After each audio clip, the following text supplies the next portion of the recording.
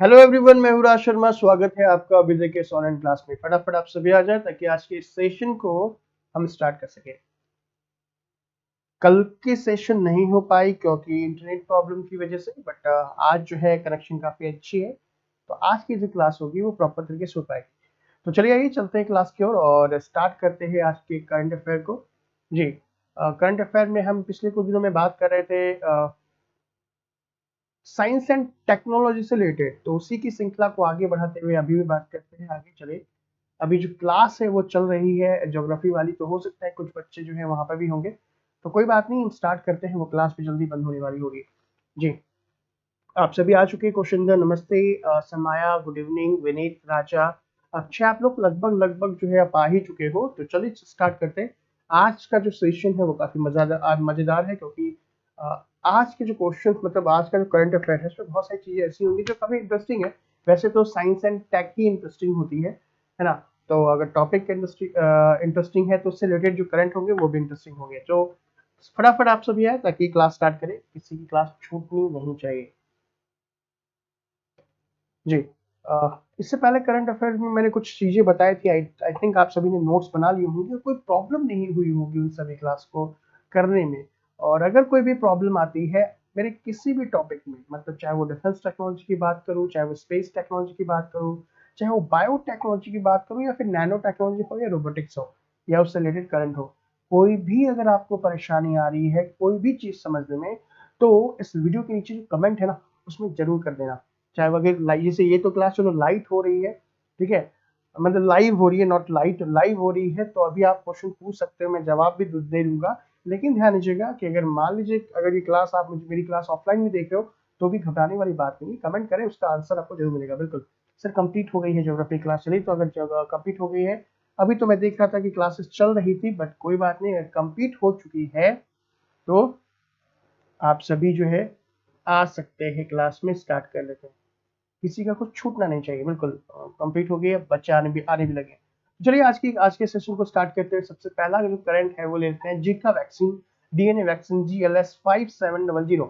जी, Zika के बारे में आपको बहुत अच्छे तरीके से पता होगा। आज से कुछ साल पहले जीका वायरस को लेकर बहुत सारे जो है कंफ्यूजन थे कि आखिर ये जीका वायरस क्या है, किस तरीके से प्रॉब्लम करता है, कैसे बहुत ज्यादा क्रिटिकल प्रॉब्लम हो सकती है। तो घबराइए मत, मैं आपको सारी जानकारी जो है आज इस क्लास में दूंगा। तो अभी हाल ही में हमने क्या किया, जीका वायरस का जो है वैक्सीन बना लिया है। जिस प्रकार से कोरोना वायरस का वैक्सीन हमने बनाया ना, ठीक उसी तरीके से हमने जीका वायरस का भी जो है वैक्सीन बना लिया है, जिसका नाम है डीएनए वैक्सीन GLS5700। देखो, हर एक वैक्सीन का नाम होता है। कोरोना वैक्सीन की बात करें तो उसमें आरएनए वायरसेस, आरएनए वैक्सीन है। तो जो जीका वैक्सीन है वो डीएनए वैक्सीन है। तो आप में से कितने लोग को पता है कि what is difference between DNA vaccine और आरएनए वैक्सीन? अगर नहीं पता तो मुझे बताएं, कोशिश करूंगा मैं आपको बताने की। अगर किसी को पता है जरा सा भी तो आप मुझे बताएं, ठीक है। सर, कल जो जीएसएलवी फेल हो गया उसके बारे में बता दीजिए। ओके, ठीक है निर्भय, वैसे तो आपको पता होगा, अगर आपने न्यूज पढ़ी है तो अच्छे तरीके से बच्चे पता होना चाहिए आपको, ठीक है। नहीं ज्योग्राफी, ओ ठीक है, चलिए स्टार्ट करें। तो अब ये डीएनए वैक्सीन या फिर जो जीका वैक्सीन है वो क्या है, क्या न्यूज है इसके बारे में, एक बार देख लो। ओके, देखो, अगर हम बात करें जीका वैक्सीन का जो ह्यूमन क्लिनिकल ट्रायल है, वो बहुत ही जल्दी शुरू होने वाला है अपने तीसरे या चौथे फेज में। किसी भी वैक्सीन को जब हम बनाते हैं तो सबसे पहले हम जानवरों पे टेस्ट करते हैं, आपको ये पता होना चाहिए, ठीक है। बट कुछ वैक्सीन का उपयोग हम कहाँ करते हैं, मतलब डायरेक्ट ह्यूमन पे ही कर लेते हैं। जैसे कोरोना की बात करें तो जो डीएनए जो जीका वैक्सीन है, जीका वैक्सीन का जो हमने स्टार्ट किया है, मतलब क्लिनिकल ट्रायल जो ना फाइनल फेज में पहुंचने वाला है, और फाइनल फेज में अगर पहुंच जाए और अगर उसी तरीके से सक्सेसफुल रही, तो ध्यान दीजिएगा इसको हम आगे क्या करेंगे, लोगों को दे भी देंगे। तो अगर डीएनए वैक्सीन का नाम जो है वो है, जीका वैक्सीन का नाम जो है वो है डीएनए वैक्सीन GLS5700। नाम याद रखिएगा क्योंकि ये पेपर में आपके पूछा जा सकता है। इसने क्या किया, जब इसका उपयोग हमने मतलब एनिमल पे टेस्ट किया तो हमने पाया कि जो उनकी जो बॉडी है वो उस जीका वैक्सीन को लेकर के मतलब काम कर रही है, उनके टी सेल ने रिस्पॉन्स किया है, एंड जो बॉडी के अंदर में जो इम्यून सिस्टम है उसमें बढ़ोतरी हुई है। तो अब जब हमने क्या कर लिया, इस वैक्सीन को एनिमल पे टेस्ट कर लिया, तो अब हम इसे क्या करेंगे, 40 स्वस्थ मनुष्यों पे, किस पे, 40 स्वस्थ मनुष्यों पे क्या करेंगे, हम इसे टेस्ट करेंगे और ये देखेंगे कि वो जो 40 हेल्थ जो हेल्दी पर्सन है उनकी बॉडी किस तरीके से रिस्पॉन्स कर रही है, क्या उनकी बॉडी जो है में इम्यून सिस्टम में कोई परिवर्तन होता है या नहीं होता है। ध्यान दीजिएगा, अगर आप बोलो कि सर एक बात बताइए कि वैक्सीन तो जो बीमार होते हैं उनको लगता है, ऐसा बिल्कुल भी नहीं है। अगर आप ऐसा सोचते हो तो ध्यान दीजिएगा, अगर मैं आपसे बोलूं कि सर ये वैक्सीन काम कैसे करता है, तो कोई भी वैक्सीन स्वस्थ मनुष्यों को दी जाती है, ठीक है। वैक्सीन हमेशा स्वस्थ मनुष्यों को दी जाती है, क्योंकि किसी भी डिजीज के होने से पहले, खास करके वायरल डिजीज के होने से पहले ही वैक्सीन दी जाती है। अगर वायरल डिजीज हो गया तो वैक्सीन क्या काम करेगी, ठीक है। जैसे आपने देखा होगा, चेचक हो गया, कैंसर हो गया, एड्स हो गया, ये सब ऐसी बीमारी है, अगर हो गई तो फिर वैक्सीन पे काम नहीं करते, अगर काम करती भी है तो बिल्कुल बहुत कम लेवल पे। तो अगर कोई बैक्टीरियल इन्फेक्शन हमारी बॉडी में है या फंगस इन्फेक्शन हमारी बॉडी के अंदर में है, तब तो आप कोई भी एंटीबायोटिक या टैबलेट देके काम चला सकते हो, लेकिन ध्यान रखिएगा वैक्सीन हमेशा स्वस्थ मनुष्यों में दी जाती है। अब स्वस्थ मनुष्यों में अगर वैक्सीन दी जा रही है तो उनका शरीर किस प्रकार से रिस्पॉन्स करेगा ये भी देखना तो जरूरी है। अब जैसे कोरोना वैक्सीन की हम बात करते हैं, तो कोरोना वैक्सीन में तो आजकल बहुत सारी वैक्सीन आ गई। मैं एग्जांपल ले लेता हूँ कोवैक्सीन का। कोवैक्सीन का, अब देखो ये कोवैक्सीन बेसिकली क्या है, ये इसमें क्या है, लाइव कोरोना वायरस को डाला गया है। मतलब जैसे कोरोना वायरस हमारी बॉडी के अंदर में आ जाए तो क्या होगा, अगर कोरोना वायरस हमारी बॉडी में आ जाएगा तो वो हमारी बॉडी को नुकसान पहुंचाएगा। तो हमने क्या किया कि कोरोना वायरस को डीएक्टिवेट कर दिया। कोरोना वायरस को डीएक्टिवेट करने के बाद हमने उसे क्या कर दिया, हमारी बॉडी के अंदर वैक्सीन के रूप में डाल दिया। तो आप में से जितने लोगों ने कोवैक्सीन लिया है, तो उसका मतलब आपने कोरोना वायरस को ही अपने शरीर में डालने की इजाजत दे दी है। लेकिन घबराइए मत, इससे आपको कुछ होगा नहीं। क्यों? क्योंकि ये जो है इनएक्टिव है अभी थोड़ा सा, क्योंकि जब हम बात कर रहे हैं तो चलो एक बार हम ये भी बात कर ले कि सर किस तरीके से मतलब ये काम करता है, मतलब कोरोना किस तरीके से आपकी बॉडी में इफेक्ट करता है। देखो, कोरोना अगर आपकी बॉडी में आ जाए तो पूरी बॉडी में कहीं से भी वो इंटर नहीं कर सकता। अगर वो करेगा तो केवल केवल आपके फेफड़े से करेगा। क्यों? क्योंकि आपके फेफड़े के सेल कुछ ऐसे होते हैं, जैसे कि मान लो बाकी सेल तो आपने ऐसे देखा होगा ना, ये गोल टाइप के। मैं फिर से बना देता हूँ यार, देखो ये देखा होगा ऐसा आपने। अब नॉर्मल सेल की बात करो, बट फेफड़े की जो सेल्स होती है, जो कोशिकाएं होती हैं, उनमें जो है वो कुछ इस तरीके की सेल के पास वो लगा होता है, रिसीवर लगे होते हैं, ठीक है। अब ये आ गया कोरोना वायरस, ये आ गया कोरोना वायरस। अब देखो कोरोना वायरस के अंदर भी ये इस तरीके की चीजें होगी, आपने देखा ना, ये इस तरीके से कांटे कांटे निकले होते हैं ये। वैसे मैं आपको बताऊंगा ये। अब क्या होता है, ये जो सेगमेंट है, ये सेगमेंट इस पर आसानी से फिट हो जाता है कोरोना कोरोना वायरस का, ठीक है। अब होने के बाद इसके अंदर जो अपना ये जो जेनेटिक मटेरियल है, वो जेनेटिक मटेरियल इसके शरीर मतलब सेल के अंदर में डाल दिया, हमारे लंग्स के सेल में। और यहाँ पे आने के बाद ये जो आरएनए अपने बॉडी के अंदर डाल, मतलब आरएनए जो डाला है इस हमारे नॉर्मल शरीर के शरीर में, तो ये आरएनए क्या करता है, अब हमारी इस सेल के अंदर में डुप्लीकेट होना स्टार्ट हो जाता है। और डुप्लीकेट होने के बाद ये पूरे सेल को नष्ट कर देता है। आया समझ में? तो ये इस तरीके से काम करती है। हालांकि मैं आपको वीडियो के माध्यम से बहुत अच्छे तरीके से समझाऊंगा, बस यहाँ पे आपको वैक्सीन के बारे में समझा रहा हूँ कि वैक्सीन किस तरीके से काम कर रही है, ठीक है। तो अब हमने क्या किया कि ये जो कोरोना वायरस का ये जो सेगमेंट देख रहे हो, ये वाला, मैं दूसरा दूसरा कलर ले लेता हूँ। ये जो ऊपर वाला पोर्शन देख रहे हो, ये वाला पोर्शन, इस पोर्शन को हम क्या करते हैं, इनएक्टिव कर देते हैं।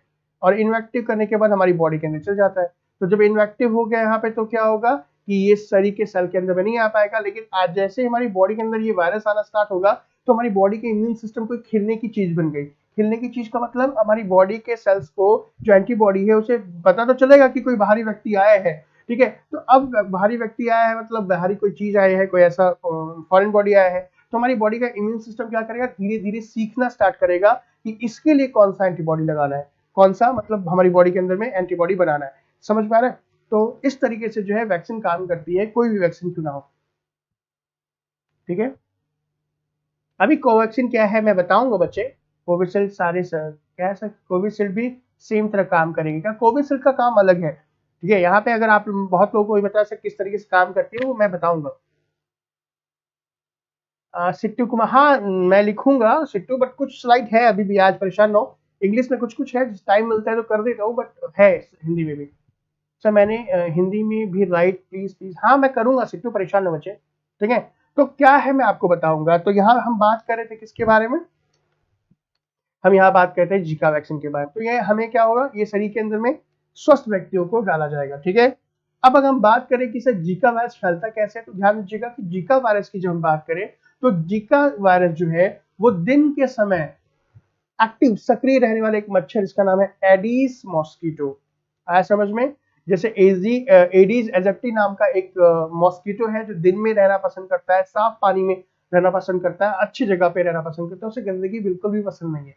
ठीक है, तो ये जो है जीका वायरस को फैलाता है। और ये जो वायरस जो है जीका वायरस जब फैलेगी तो दो तरह की बीमारियां जो है हमारे शरीर को देती है, जिसमें सबसे पहला है माइक्रोसिफेली और दूसरा है गुलियन वेरिएशन। ये दोनों ही बीमारी खास तरह की बीमारी है, मैं आपको उसके बारे में डिटेल से बताता हूँ, परेशान ना हो।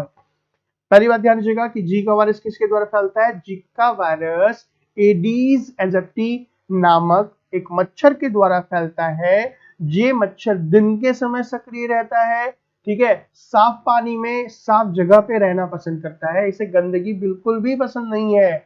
और अगर ये काट ले तो इससे दो बीमारी हो सकती है, माइक्रोसिफेली और गुलियन बेरी सिंड्रोम। लेकिन एक बात ध्यान दीजिएगा, ये जो माइक्रोसिफेली की बात करें और ये जो गुलियन बेरी सिंड्रोम है, ये जो है किनको होगा, अगर ये मच्छर जो है किसी प्रेग्नेंट लेडीज को काट ले, यानी कि कोई लेडी जो जो प्रेग्नेंट हो, ठीक है, और अगर उसे ये मच्छर काट ले, उसके शरीर में अगर ये वायरस चल जाए, तब जो होगा ये माइक्रोसिफेली और गुलियन बेरी सिंड्रोम जो है उसके बच्चे को होने की संभावना होगी। अब मैं आपको बता दूं कि बेसिकली गुलियन बेरी सिंड्रोम और माइक्रोसिफेली होता क्या है, क्योंकि ये जरूरी है जानना।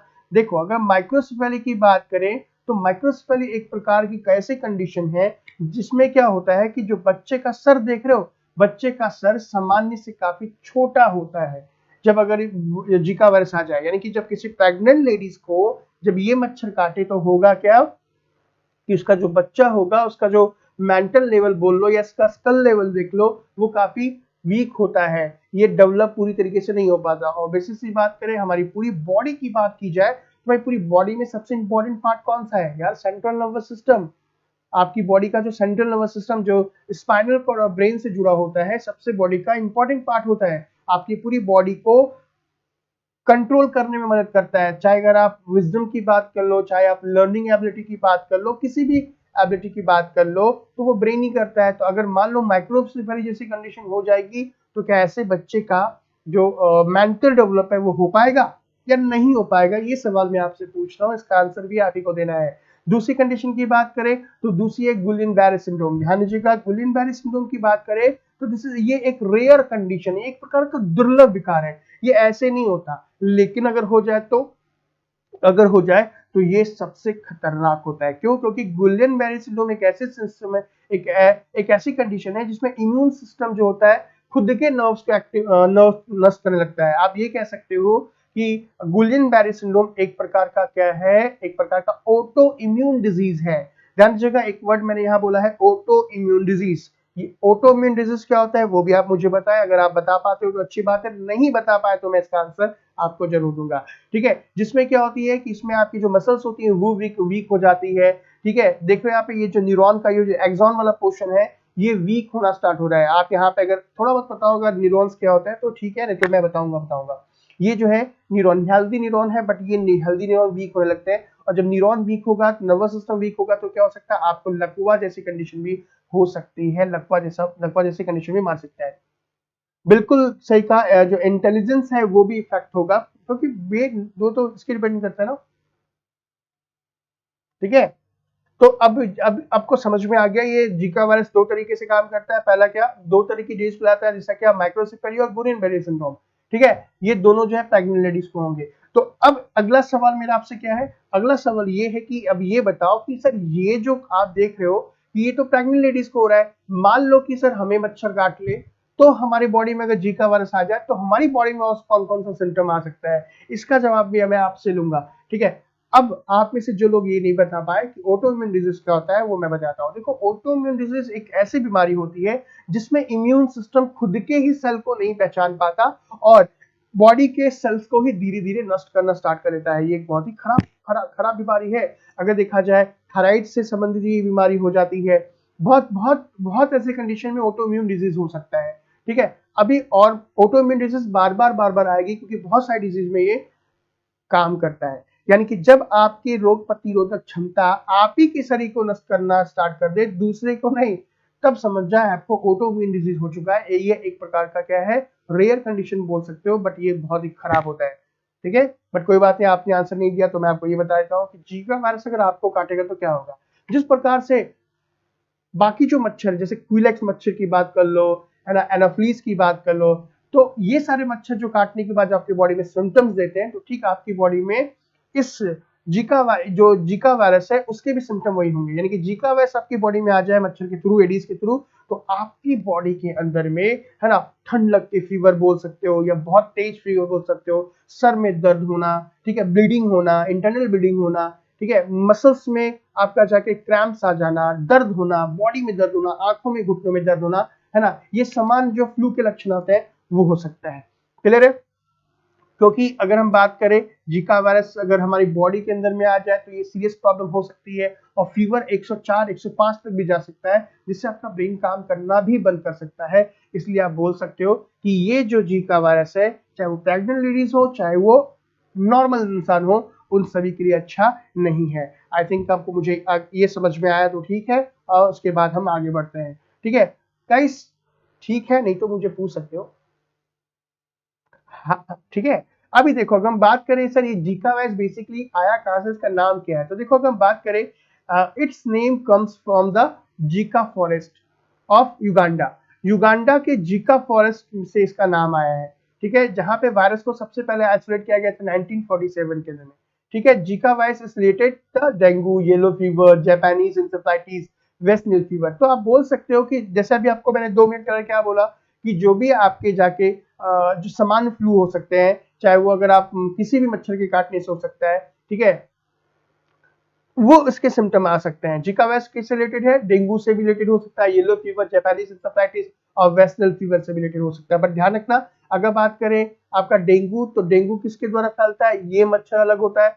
येलो फीवर किससे फैलता है, ये मच्छर अलग है। जापानीज इंसेफ्लाइटिस, ये मच्छर अलग है। वेस्ट नाइल फीवर ये अलग है। 3 प्रकार के मच्छर होते हैं, ध्यान दीजिएगा, एक फीमेल एनाफ्लीज, एक क्यूलेक्स और एक आपका जाके एडिस एसेप्टी। तीनों के द्वारा कौन, जब ये क्वेश्चन आपके पेपर में पूछा जा सकता है कि मलेरिया किसके द्वारा होता है, मलेरिया किस मच्छर के काटने से होता है, जापानीज किस मच्छर के काटने से होता है, ठीक है, या फिर आपका जाके डेंगू किस मच्छर के काटने से होता है, तो ये भी तो क्वेश्चन पूछा जा सकता है ना, कि जीका वायरस किस मच्छर के काटने से होता है। सर आप कोविड स्पेशल की क्लास कब लोगे, मैं भूल जा रहा हूँ बार बार, बट कोई बात नहीं, ले लूंगा। मतलब आपको कोविड से इतना प्यार हो गया क्या कि कोविड स्पेशल, कोई बात नहीं, कोविड स्पेशल जो क्लास होगी वो सच में स्पेशल होगी, क्योंकि आपको कोविड के बारे में जितनी भी जानकारियां हैं, जितनी भी टेक्नोलॉजी भी आई है, मैं आपको सब बताऊंगा बहुत अच्छी तरीके से। वो क्लास मिस मत करना। अगर आप वो क्लास करोगे तो अच्छी बात है, आपके जितने भी दोस्त हैं उन्हें भी बताना उस क्लास के बारे में, क्योंकि कोविड से रिलेटेड बहुत सारी जानकारियां जो होगी मैं उस क्लास में दूंगा। ठीक है, तो चलो इस यहाँ पे जो है इस जगह वायरस को हम खत्म करते हैं, हम आगे की ओर बढ़ते हैं। आगे का जो करंट है वो क्या है, एक बार उसे भी हम ले लेते हैं। तो अगला है लक्ष्मी रोबोट। आई थिंक मैंने कुछ वर्ड यूज, मतलब जब मैं आपको रोबोट पढ़ा था तो मैंने इसके बारे में थोड़ा सा डिस्कस किया था। ठीक है, चलो एक बार फिर से अच्छे तरीके से डिस्कस कर लेते हैं। इंडिया का फर्स्ट बैंकिंग रोबोट, जिसे आप लक्ष्मी रोबोट के नाम से जानते हो, इसे लॉन्च किया है सिटी यूनियन बैंक के द्वारा। यहाँ पे कुंभकोणम में, कहाँ पे, कुंभकोणम, ये एक प्रकार की जगह है जहां पर एक बैंक है, इसका नाम है सिटी यूनियन बैंक। उन्होंने फर्स्ट बैंकिंग रोबोट लक्ष्मी को जो है लॉन्च किया है, इंडिया का पहला लॉन्च है। ठीक है कोई बात नहीं सर, हिंदी में भी हाँ रुचि, कोई बात नहीं, बस दो चार जो मैं टाइम नहीं मिल पाया मुझे, आगे की जो होगा उसमें होगा, परेशान ना हो। ठीक है,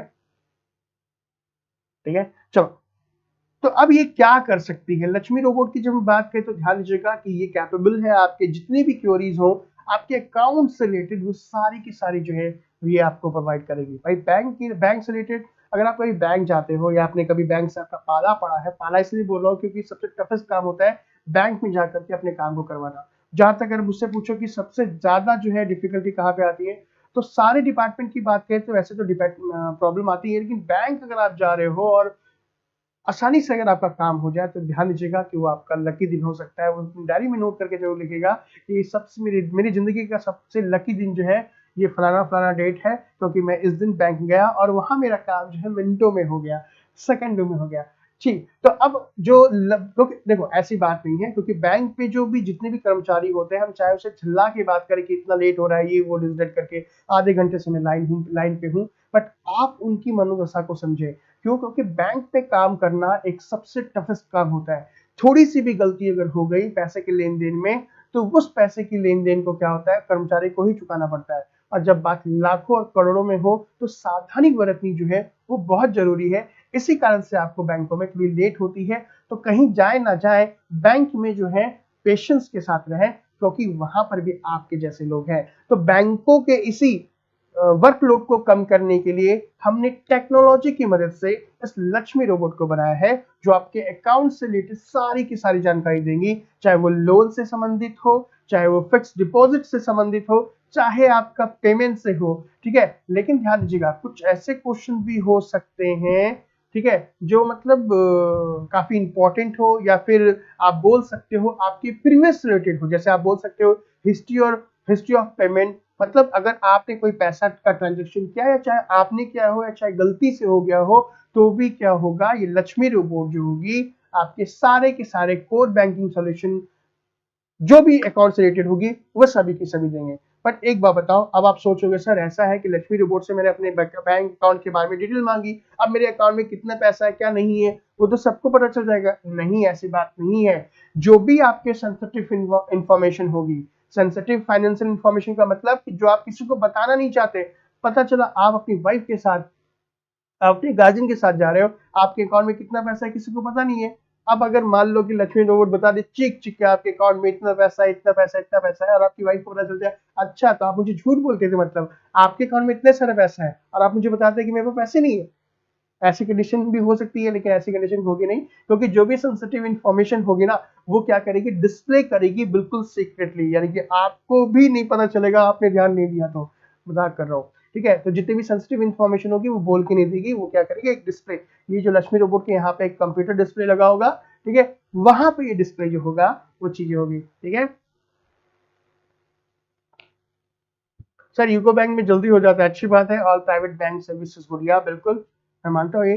ध्यान दीजिएगा गाइस, और अच्छी सबसे अच्छी बात क्या है कि इसमें जो है ये आर्टिफिशियल इंटेलिजेंस से युक्त होगी, मतलब इसमें कृत्रिम बुद्धिमत्ता है। अब आपको पता है कि आपने क्या किया, अब आप जाते हो बैंक में तो बैंक के कर्मचारी से कैसे लड़ लेते हो कभी कभी, है ना। आप सोचोगे कि चलो मेरी भड़ास मैं इस पर निकाल दो लक्ष्मी रोबोट पे, ऐसा बिल्कुल भी नहीं होगा। क्यों? क्योंकि ये आर्टिफिशियल इंटेलिजेंस से युक्त होगी, और साथ में इसके अंदर में कैपेबिलिटी होगी आप ही से सीखने की। आज समझ में, अगर आपने से कुछ गलत या अभद्र भाषा का प्रयोग किया तो वो आप ही के लैंग्वेज में जवाब देगी, इस बात का ध्यान दीजिएगा। तो कभी अगर आपको लक्ष्मी रोबोट से सामना हो गया, तो अगर आप परेशान हो तो इसे प्यार से पूछिएगा, ठीक है। आप इससे जो है तेज आवाज में मत पूछिएगा या किसी तरीके से अपशब्द मत कहिएगा, क्योंकि इसमें सीखने की एक अद्भुत क्षमता है। ध्यान दीजिएगा, ये बैंकिंग इंफॉर्मेशन के साथ साथ क्या कर सकती है, आपको रियल टाइम अपडेट भी देगी। यानी कि अगर आप पता करना चाहते हो करेंसी एक्सचेंज के बारे में या फिर इंटरेस्ट रेट के बारे में, ये सारी जानकारी जो होगी आपको ये लक्ष्मी रोबोट देगी। तो आगे की ओर बढ़ते हैं अपनी नेक्स्ट करंट की ओर। अगर नहीं समझ में आया तो कोई बात नहीं, समझ में आया तो कोई बात नहीं, नहीं समझ में आया तो मुझसे दोबारा पूछना, ठीक है। ठीक है, लक्ष्मी रोबोट ऐप भी है क्या, I don't know Lakshmi robot app है या नहीं है।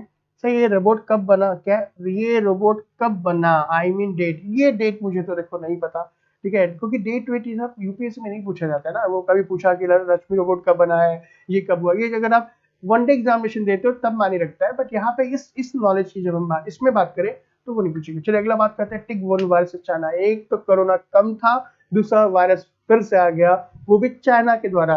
अब ये क्या है टिक वर्म वायरस, कौन सी बीमारी फैलाता है, इसके बारे में हम पता कर लेते हैं। चलिए गाइस, अब देखो यहाँ पे सिट्टू कुमार, अभी प्रॉब्लम हो रही थी ना नोट्स बनाने में, अब प्रॉब्लम नहीं होगी, क्योंकि अब यहाँ पे हिंदी है और इंग्लिश भी है।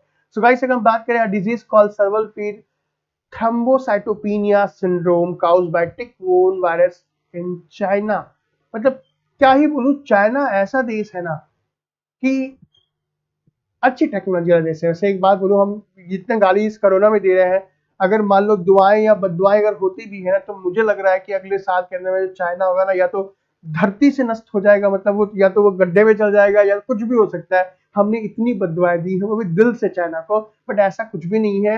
आपके पास जितनी भी टेक्नोलॉजी है, जितनी भी आपके पास, अगर आप अपने फोन की बात कर लो, लैपटॉप की बात करो, अपने टीवी की बात करो, भाई साहब ये भी तो चाइना की देन है। जितने मुझसे गालियां नहीं दे रहे, कम से कम ये तो देखो कि आपके पास इतने सारे गैजेट कहाँ से आ रहे हैं, सारे के सारे चाइना। अगर आपके मन में ये सवाल है कि अगर आपका आईफोन जो है वो मतलब अमेरिका ने बनाया है, तो जाके देख लो, उस पर लिखा होगा मेड इन चाइना। अगर आप बात करो, आपके कोई भी फोन की बात कर लो, चाहे लैपटॉप की बात करो, टीवी ले लो ना यार, सिंपल से जो बॉल, एलईडी बॉल का जो सर्किट आता है ना, वो भी उसके सर्किट भी चाइना में बनते हैं। तो आप जितनी गालियां दे रहे हो ना, उससे एक बार उसकी सहानुभूति भी जो देखो। हम चाइना के प्रोडक्ट का बहिष्कार करते हैं, हम ये नहीं करेंगे। भाई साहब केवल बोलने से नहीं होता, अगर आप सच में करके देखोगे ना, तो आपके घर में जो 10 गैजेट है, उसमें से 8 गैजेट जो खत्म होंगे, केवल 2 गैजेट ही रहेंगे। इसलिए कोई बात नहीं, चीजें ये हैं, कुछ अच्छी और कुछ खराबी हो सकती हैं। तो अब जो है, आप बोल सकते हो कि सिर्फ कोरोना के बाद जो है, अब चाइना में टिक-वर्म वायरस का जो है खतरा बहुत तेजी से बढ़ गया। ये जो है क्या करता है, थ्रोम्बोसाइटोपिनिया सिंड्रोम यानी कि एक बीमारी है। अब थ्रोम्बोसाइटो का मतलब क्या होता है, ये तो आपको अच्छे तरीके से पता होगा कि भाई डब्ल्यूबीसी, आरबीसी और प्लेटलेट्स के बारे में सुना है ना। तो बस थ्रोम्बोसाइट्स किसको कहते हैं, थ्रोम्बोसाइट्स जो कहते हैं वो कहते हैं प्लेटलेट्स को, यानी कि ये बीमारी प्लेटलेट से संबंधित है। ऐसा आपको कुछ अंदेशा लग रहा होगा, और अगर ऐसा हो रहा होगा तो मैं बता दूं, आपको सही लग रहा है जी। इससे एक बहुत ही गंभीर बुखार हो सकता है। गाइस, अगर हम बात करें रिपोर्ट किए गए मामलों की, बड़ी संख्या में पूर्वी चीन के जिंगवासू और अनुहित प्रांतों में केंद्रित थी। अगर मैं प्रोनाउंसिएशन अच्छे से नहीं ले पा रहा हूँ तो माफ कीजिएगा, मैं चाइनीज नहीं, मैं पूरी तरीके से भारतीय हूँ। अगर यहाँ पे कलकत्ता या मुंबई होता तो मैं अच्छे तरीके से प्रोनाउंसिएशन कर सकता था, मैं फिर भी आपके लिए कोशिश करता हूँ। जियांगसू और अनहुई प्रांतों में इस प्रकार की जो वायरस है, उसकी जो है अब देखने को बहुत ज्यादा मिली। आपके बहुत ज्यादा हंस रहे हो आप सभी, लाइक मूवी वायरस ऑन, बिल्कुल सही है, बीमारियों वाला देश है। ठीक है, धरती की हर नई बीमारी का कारण चाइना है। नहीं ज्योति, धरती के हर बीमारी का कारण चाइना नहीं है। अगर आपको लग रहा है कि कोरोना को लेकर के आप उसे, आपके मन में ये बात आ रही है, तो ध्यान रखना, धरती पे जितनी भी नई बीमारियां हैं, मैं तो कहूंगा 90% जो बीमारियां आती हैं वो अफ्रीका से आती हैं। कहां से आती है, अफ्रीका से आती है, ध्यान दीजिएगा। चाइना तो यूं ही बदनाम है, अफ्रीका को जाके देखो। चाइना तो बस एक कोरोना वायरस की वजह से बदनाम हो गया ना, बीमारी के लिए चाइना नहीं, चाइना टेक्नोलॉजी के लिए फेमस है। वो बात अलग है कि अब जो है कोरोना के लिए फेमस हो जाएगा, पूरी पीढ़ी उसे याद रखेगी। आए समझ में, खासकर हम जनरेशन वाले लोग जो ये 2 साल लॉकडाउन में जो झेले है ना, ये सारे लोग तो कम से कम अपने बच्चों, अपने अपने पोतों पोती को बताएंगे कि तुम लोग की क्या बीमारी होती है। बीमारी तो उस समय होती थी, 2-2 साल तक हम घरों में बंद थे, है ना। और इसका कारण केवल केवल क्या था, चाइना था। भाई चाइना ऐसा नहीं है, ठीक है, चाइना ने हमें टेक्नोलॉजी भी दी, भाई ऐसा मत करो। ठीक है, आतंकवाद देख लो, पाकिस्तान को हमारे खिलाफ लड़ा रहा है, इससे इससे बुरा क्या हो सकता है। ठीक है, बीमारियों की बात करें तो सबसे ज्यादा जो बीमारियां होती हैं, ध्यान दीजिएगा, अफ्रीका से आती हैं। चाहे इबोला ले लो, चाहे कोई भी बीमारी क्यों ना, भयंकर भयंकर बीमारी। ठीक है, ठीक है, यूज ऑफ बायोलॉजिकल पेपर, बिल्कुल सही बोल सकते हो। ठीक है, because of the China we can afford a smartphone, बिल्कुल सही बोल सकते हो। ठीक है, world most supply of the API, बिल्कुल सही कहा है Shivam. Good evening sir, good evening, good evening western country. ठीक है, तो यहाँ पे आप समझ में आ गया मैं जो बोलना चाह रहा हूँ। चलो आगे बढ़ते हैं, हम बात करें अगर ये रोग हो जाए, यानी कि थ्रोम्बोसाइटोपिनिया, नाम ही इतना खराब खराब होता है, पर आराम से पढ़ लोगे, देखो मैंने हिंदी में भी लिख दी है, थ्रोम्बोसाइटोपिनिया, थ्रोम्बोसाइटोपिनिया, थ्रोम्बोसाइटोपिनिया, याद रखना नाम ये। ठीक है, रोग के कुछ शुरुआती लक्षणों में अगर मान लो ये होता है, तो ये वायरस अगर बॉडी के अंदर में आता है तो गंभीर बुखार हो सकता है। मतलब जो फीवर है, जो बुखार आपके शरीर में, टेम्परेचर जो है वो 105 तक पहुंच सकता है। दूसरा, थ्रोम्बोसाइटोपिनिया, यानी कि आप प्लेटलेट जो होगा उसमें नीचे बहुत डाउन हो जाता है, मतलब लो प्लेटलेट्स आप बोल सकते हो, ऐसी कंडीशन हो सकती है। और साथ में क्या है, ल्यूकोसाइटोपिनिया, ध्यान दीजिएगा, ल्यूकोसाइटोपिनिया का मतलब होता है एक ऐसी बीमारी जिसमें आपका जो ब्लड सेल्स होता है, व्हाइट ब्लड सेल्स, वो नीचे आ जाता है। यानी कि एक तो आपका रेड ब्लड सेल्स, प्लेटलेट्स जो है वो भी कम हो गया, ऊपर से ब्लड, ये जो आपका व्हाइट ब्लड सेल्स है वो भी कम हो गया, तो बॉडी के जो इम्यून सिस्टम होगा ना, वो वीक हो जाएगी। आया समझ में। तो अगर डिजीज की बात करें तो क्या होगा, इसमें फीवर होगा, प्लेटलेट्स कम हो जाएगा, और आपका जो व्हाइट ब्लड सेल्स है वो भी कम हो जाएगा।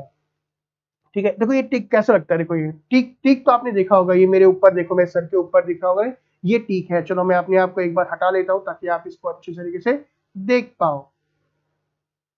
देखो यहाँ पे ये जो एक फिगर देख रहे हो, ये जो फिगर यहाँ पे देख रहे हो ना, ये जो ये है वो है टिक। कैसा लग रहा है देखने में, 4 पैरों वाला, है ना, एकदम ब्राउन कलर का, ये है आपका टिक बोर्न वायरस। ठीक है, और इसके साथ साथ अगर हम बात करें इसमें, तो वैज्ञानिकों ने पाया है, मतलब जो भी साइंटिस्ट उन्होंने देखा, उन्होंने ये पाया कि यह वायरस जो है अधिकतर अक्सर बकरियों, मवेशियों, हिरन और भेड़ जैसे जानवरों से मनुष्यों में फैलता है। यानी कि ये वायरस जो है वो हम पता लगा चुके हैं कि ये जानवरों से मनुष्यों में फैलता है, कि जूनोटिक वायरस है। जूनोटिक वायरस क्या होता है, कि ऐसी बीमारी है जो जानवरों से ह्यूमन में आए, उसे हम जूनोटिक वायरस कहते हैं, जूनोटिक डिजीज कह सकते हो।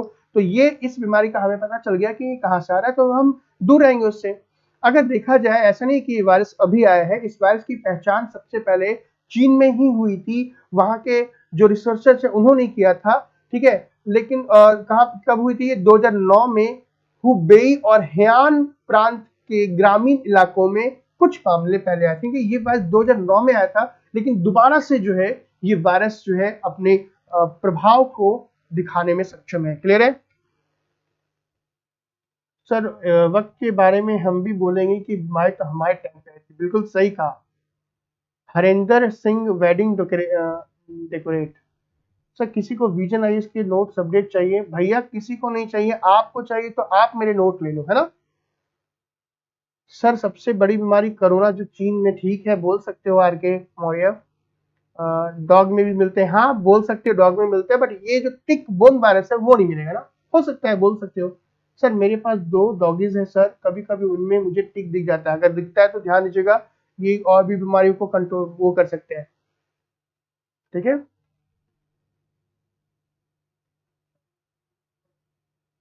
चला जाए।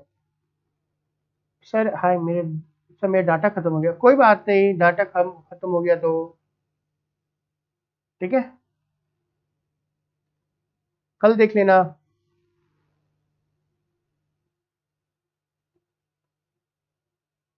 सर टैबलेट कब तक काम नहीं कर सकता? देखो, टैबलेट बेसिकली अगर हम बात करें कि जो टैबलेट होता है बच्चे, टैबलेट की अगर हम बात करें तो टैबलेट ध्यान दीजिएगा कि टैबलेट किस काम आता है। टैबलेट जो है वो जितने भी बैक्टीरियल अगर डिजीज हो तो उसे सही करने का काम आता है। वायरल डिजीज की बात करें, अगर हम कोई भी टैबलेट अगर एंटीबायोटिक देते हैं तो ध्यान रखना सुपर बग का खतरा हमारी बॉडी में ज्यादा हो जाता है। कभी भी अगर आपके शरीर के अंदर में कोई वायरल इन्फेक्शन हो तो वायरल इन्फेक्शन में कभी भी एंटीबायोटिक नहीं लेनी चाहिए। आप में से कुछ लोग होंगे जिनको नॉर्मल फ्लू हो जाता है, सर्दी खांसी हो जाती है, जिसको नॉर्मल फ्लू बोल सकते हो। ठीक है, तो इन्फ्लुएंजा बोल लो। तो आप में से बहुत लोग जाके एंटीबायोटिक खा लेते हो। तो आप में से थोड़ा भी अगर क्या बोलूंगा, और टैबलेट कब मिलेगा? आप टैबलेट की बात करें, मैं कौन सा टैबलेट की बात कर रहा हूँ। ठीक है, फिर भी सुन लो कि अगर आपको फ्लू होता है और अगर आप क्या करते हो, मेडिसिन ले लेते हो एंटीबायोटिक, तो आपकी बॉडी का इम्यून सिस्टम वीक हो जाता है और आपकी बॉडी के अंदर में एक और बीमारी जिसको हम क्या बोल सकते हो, सुपर बग का खतरा ज्यादा हो सकता है। गाइस ध्यान दीजिएगा, अगर हम बात करें थ्रोम्बोसाइटोपेनिया सिंड्रोम, वायरस के साथ गंभीर बुखार, बुनिया वायरस परिवार से संबंधित है और टिक के काटने के माध्यम से मनुष्य में फैलता है। आप ये बोल सकते हो SFTS, थ्रोम्बोसाइटोपेनिया सिंड्रोम वायरस जो होगा, ये बेसिकली बिलोंग करता है बुनिया वायरस फैमिली से। एक प्रकार की वायरस की फैमिली है, ये बहुत सारी डिजीज फैलाती है, तो उससे ये रिलेटेड है। अपने नोट्स में ये लिख लेना कि जो SFTSF सिंड्रोम जो है वो किस फैमिली से है, बुनिया वायरस फैमिली से है, और हमारे शरीर के अंदर में, मतलब मनुष्यों के अंदर में टिक वायरस के काटने से होता है, और किसी के काटने से ये नहीं हो पाएगा। ठीक है, नहीं खाना मोहित, अगर खाते हो तो बच्चे काफी प्रॉब्लम का सामना करना पड़ सकता है। दूसरा अगर ये, अब ये थ्रोम्बोसाइटोपिनिया के बारे में थोड़ा सा सुन लो कि थ्रोम्बोसाइटोपिनिया क्या टिक वायरस के काटने से होता है या और भी काटने की वजह से हो सकता है? आप में भी बहुत लोगों को हुआ होगा।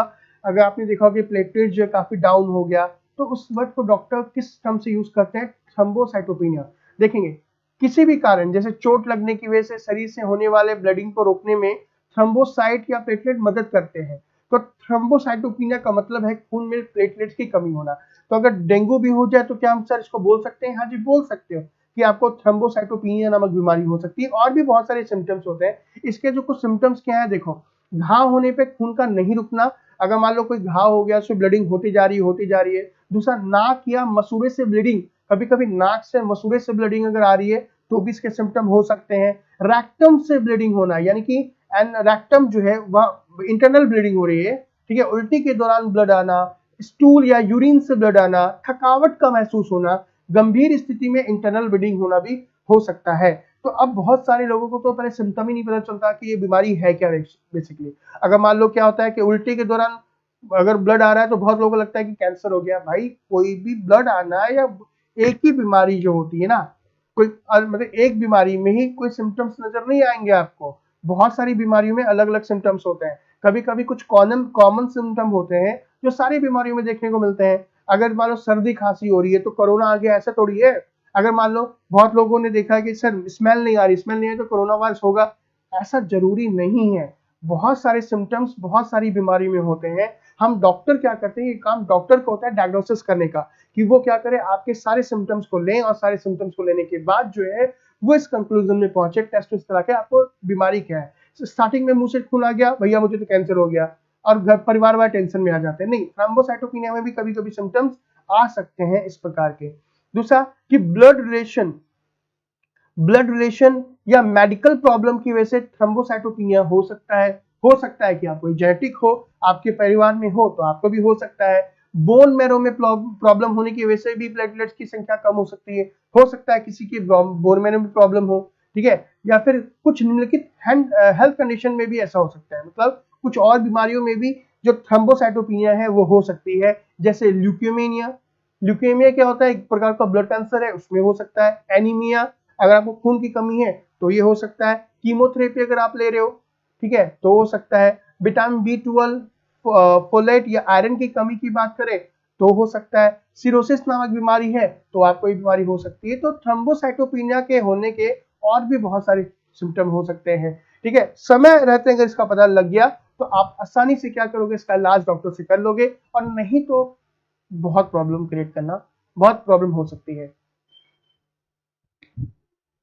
सर ट्रांसफर ऑर्बिट क्या होता है, मैंने बताया था बच्चे, ट्रांसफर ऑर्बिट आप मेरी स्पेस वाली क्लास जाके देख लो। हाँ, न्यूज में था, तो इसी तरीके से आपको पता भी चलेगा बच्चे, है ना। सर इस एग्जाम में बायो से रिलेटेड भी क्वेश्चन आते हैं क्या? हाँ, बायो से रिलेटेड भी क्वेश्चन आते हैं, मैं आपको बताऊंगा वो भी। Sir, still I have attended your space tech lecture, but the transfer orbit was not there. Please tell about the transfer orbit in brief. Okay, वैसे भी मैं आपको बच्चे बता दूंगा ट्रांसफर ऑर्बिट बेसिकली क्या होती है। मुझे याद है कि मैंने ट्रांसफर ऑर्बिट का यूज किया है जब मैं आपको GSLV शायद कुछ ऐसा बताया था, बट कोई बात नहीं, मैं बता दूंगा आपको, ठीक है। प्रेगनेंसी के दौरान थ्रोम्बोसाइटोपिनिया की समस्या हो सकती है अगर लेडीज प्रेग्नेंट है तब, लेकिन जन्म के बाद जो है, जब बच्चे का जन्म हो जाए तो उसके बाद ये जो प्रॉब्लम है वो थोड़ी बहुत सही भी हो सकती है, ठीक है। Immune immune thrombocytopenia auto immune disorder की वजह से हो सकता है। देखो मैंने भी अभी वर्ड यूज किया था ना, ऑटो इम्यून सिस्टम। अगर ऑटो इम्यून जैसी बीमारी अगर हो रही है तो भी आपको थ्रोम्बोसाइटोपिनिया हो सकता है।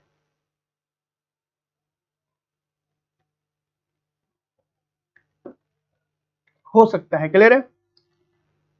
नेक्स्ट आ जाओ। दूसरा, बैक्टीरियल इन्फेक्शन की वजह से भी हो सकता है। मान लो कोई भी बैक्टीरियल इन्फेक्शन हो जाए आपको तो भी थ्रोम्बोसाइटोपिनिया हो सकता है। और और गाइस थ्रोम्बोटिक थ्रोम्बोसाइटोपिनिया परप्यूरा, देखो नाम थोड़े से खराब है यार, लेकिन पढ़ना तो पड़ेगा। क्या है?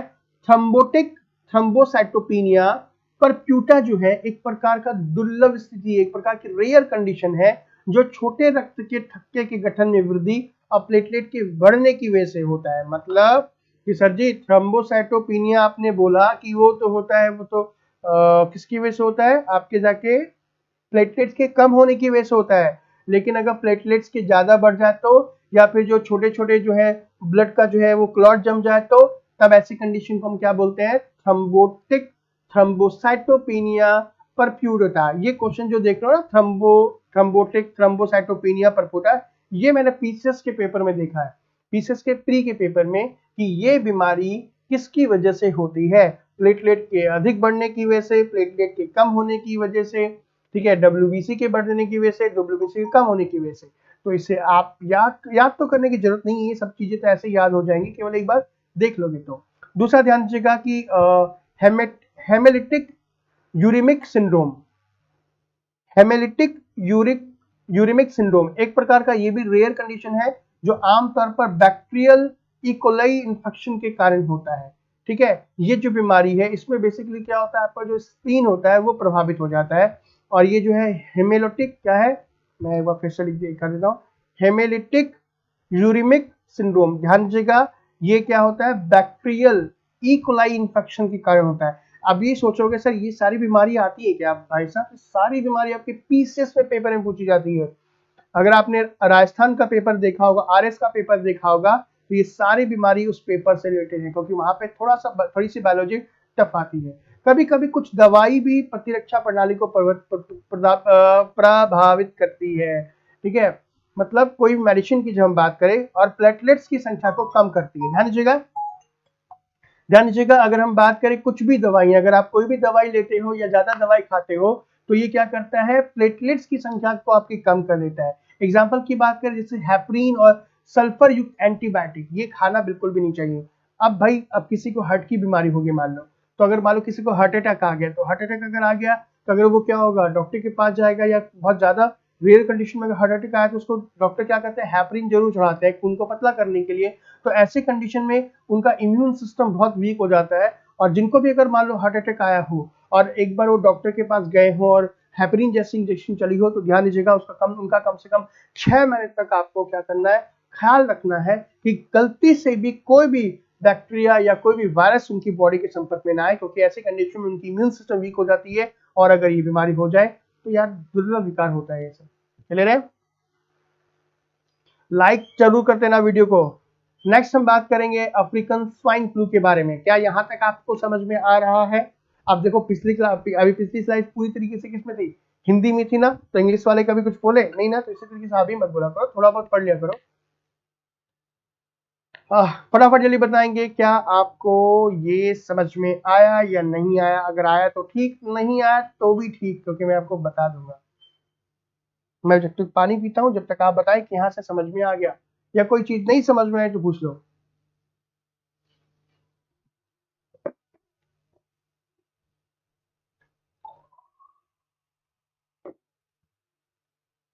फटाफट फटाफट जल्दी। यस सर, मयूरी ने कहा है कि हाँ भाई समझ में आ गया। क्या समझ में आया? जो मैंने पढ़ाया वही। कमेंट करते रहो सारे के सारे, क्योंकि हम बात करने वाले हैं अफ्रीकन स्वाइन फ्लू के बारे में। स्वाइन फ्लू के बारे में तो सुना होगा, ये अफ्रीकन स्वाइन फ्लू क्या होता है?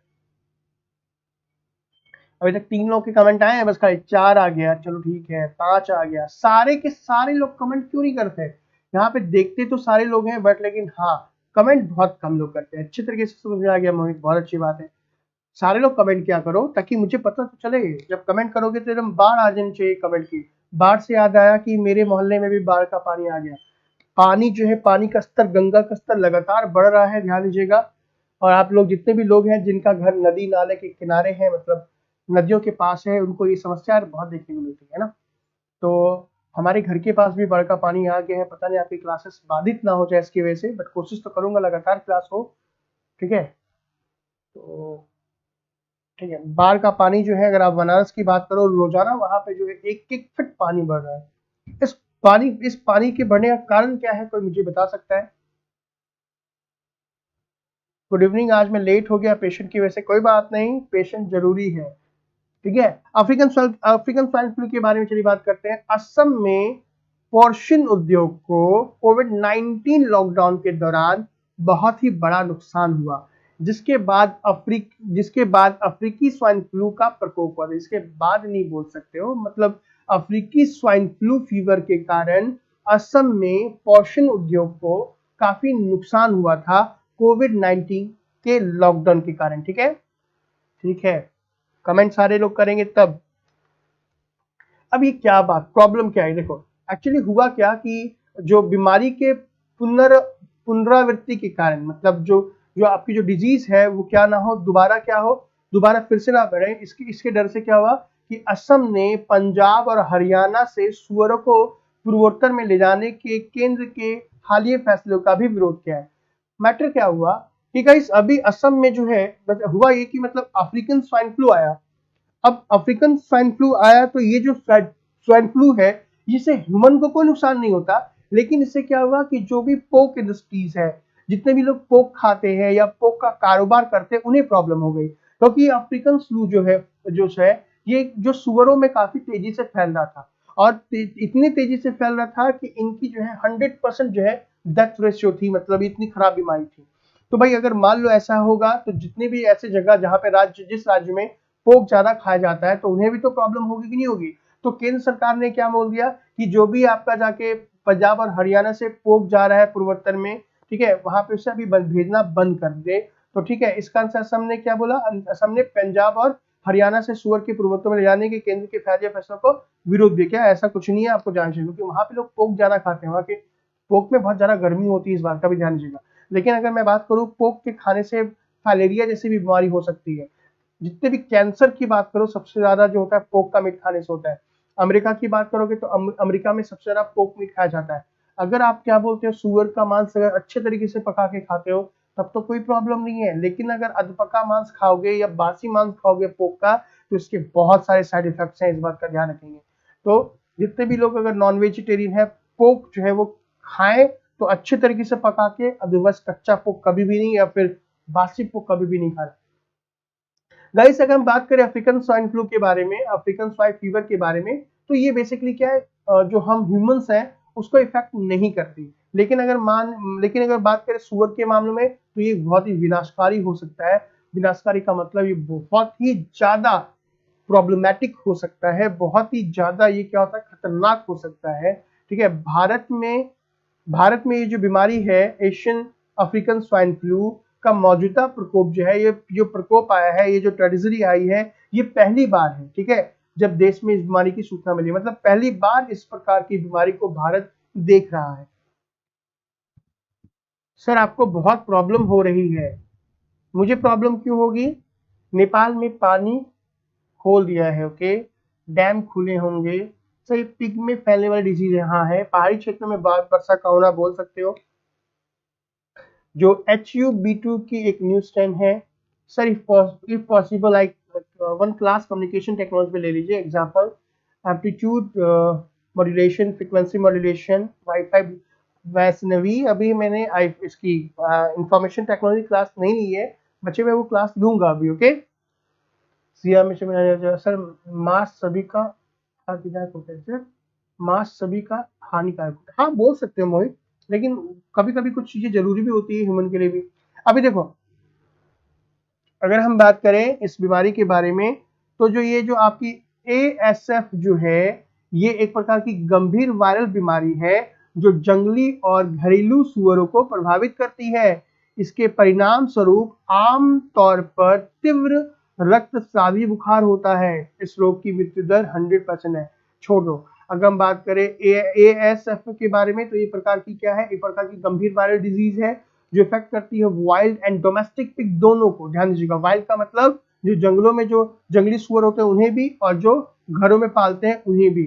और ध्यान दीजिएगा, अगर ये हो जाए तो क्या होगा, इन्हें जो फीवर होता है, रक्तस्रावी फीवर, मतलब ब्लीडिंग के साथ फीवर होता है, और अगर ये मान लो डिजीज हो जाए तो उसकी जो डेथ रेशियो होती है वो 100% होती है। तो डेथ रेशियो का मतलब समझ में तो आपको आसानी से आएगा कि अगर बीमारी हो जाए तो भाई 100% ये डेथ होना निश्चित है, बचने का कोई चांसेस नहीं होता है।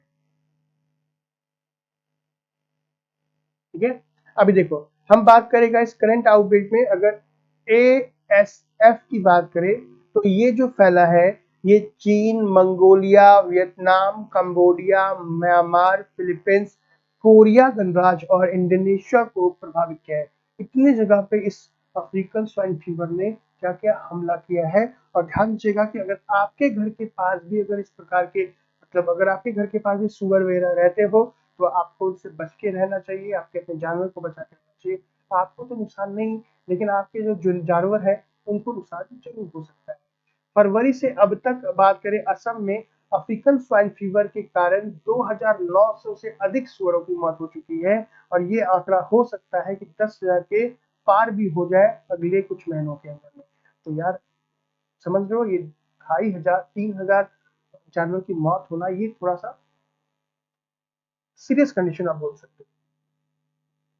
नेक्स्ट आएंगे anti DRDO anti drone system के बारे में, जो अभी रेड फोर्ट पे जो है लागू किया गया था। ये समझ में आया तो मुझे बताओ, मैं वीडियो को लाइक जरूर करते रहना।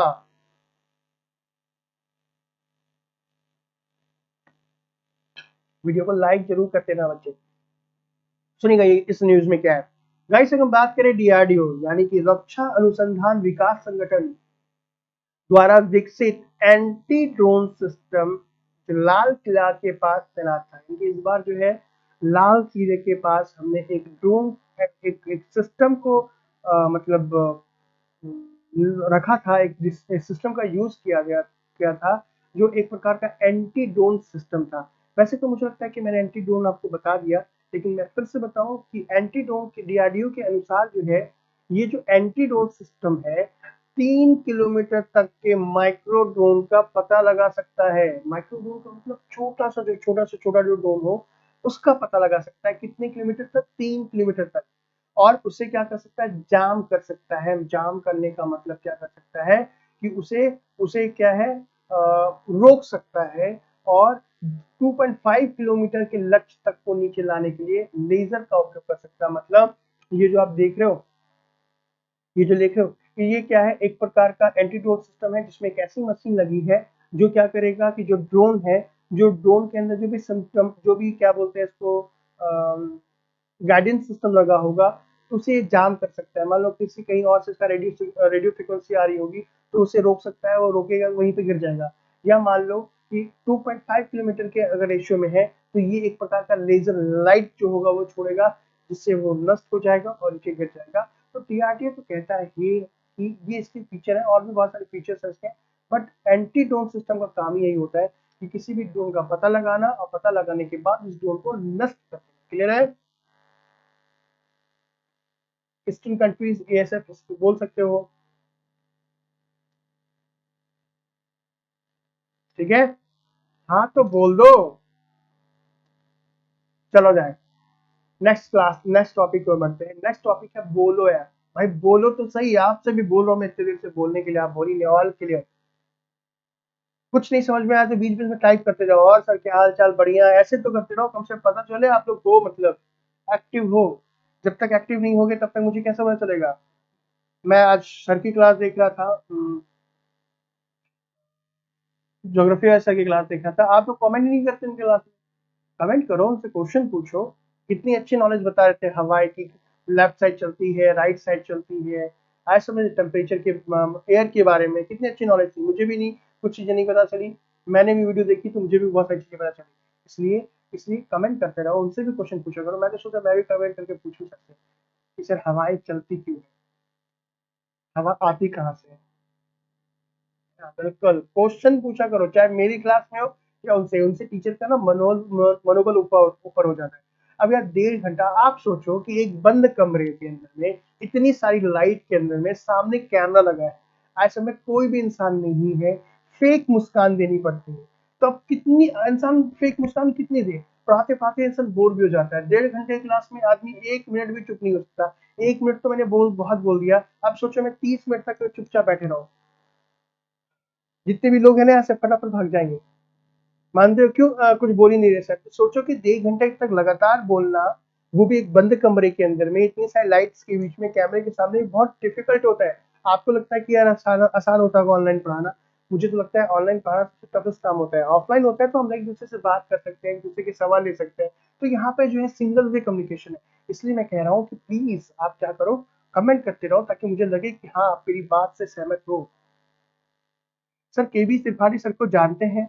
आ, हाँ बिल्कुल जानता हूँ, बहुत अच्छे तरीके से जानता हूँ, मैं उन्हीं के कोचिंग में पढ़ाता हूँ। ओके, चला जाए। हाँ एक बार रिपीट कर दो सर। क्या रिपीट करना है बोलो?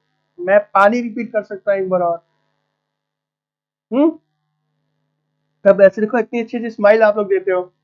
जब आप लोग कमेंट में स्माइल करते हो, इट्स मीन कि हाँ आप वहां पे भी स्माइल कर रहे हो मेरी बातों को सुन करके। ऐसे ही स्माइल करते रहना चाहिए। वी कैन अंडरस्टैंड सर, बिल्कुल।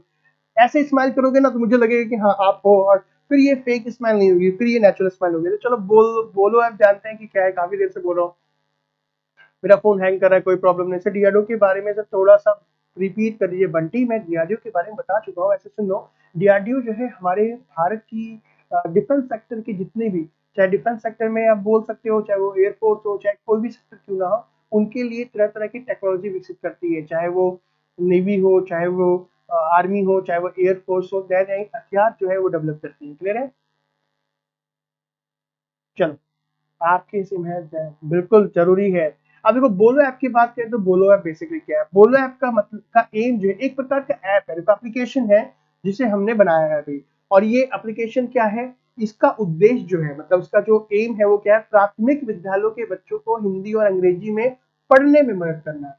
प्राथमिक जो प्राइमरी स्कूल के बच्चे होते हैं, देखो प्राइमरी स्कूल के बच्चे को पढ़ाना मुझे ऐसा लगता है कि सबसे टफेस्ट काम होता है, क्यों? वो तो बैठ ही नहीं पाएंगे। अब कल की बात है, कल एक रिलेशन में बात फोन में बात कर रहा था, उसका एक बच्चा है 10 साल का। अब ऑनलाइन क्लास में वो बैठने नहीं चाह रहा, बैठता है भाग जाता है, बैठता है भाग जाता है। तो भाई अगर क्लास इंटरेस्टिंग नहीं हो, ऐसे तो स्कूल में बच्चे बहुत मुश्किल से बैठते हैं, आप सोचो कंप्यूटर के सामने, फोन के सामने उसे कैसे बैठा लोगे? तो बस अगर नहीं बैठाओगे तो उनकी जो रीडिंग रीडिंग जो रीडिंग करने की जो क्षमता होती है वो प्रभावित होगी। तो इसी उसी क्षेत्र में बोलो ऐप हमने लॉन्च किया है, जो क्या होता है, जो प्राइमरी स्कूल के बच्चे होंगे उन्हें हिंदी और इंग्लिश पढ़ाने में मदद करेगा। अब बोलोगे सर ऐसा क्या है इसमें कि उन्हें पढ़ने में मदद करेगा? ठीक है, पहली बात तो क्या है, सबसे पहले भारत में लॉन्च किया जा रहा है यह ऐप जो है गूगल की speech recognition text to speech तकनीक का इस्तेमाल करता है। देखो अगर हम बात करें कोई भी, ये तो पता होगा कि गूगल स्पीच रिकॉग्निशन क्या होता है। आप कोई भी, जैसे फोन है, अगर आप फोन में हेलो बोलते हो तो क्या होता है? ये आपकी बात को सुन करके उसके साथ प्रतिक्रिया करता है ना। तो ठीक समझ लो उसी तरीके से है यह। ये आपका देखिए यह जो ऐप है गूगल की speech recognition text to speech तकनीक का इस्तेमाल करता है। ठीक है, यानी कि ये क्या करेगा, स्पीच मतलब उसको टेक्स्ट को पढ़ते रीड भी करेगा और बोलता भी जाएगा। और अगर हम बात करें गाइस कि इसमें जो है, आगे आ जाओ, बैक आ जाओ, राइट, इसमें जो,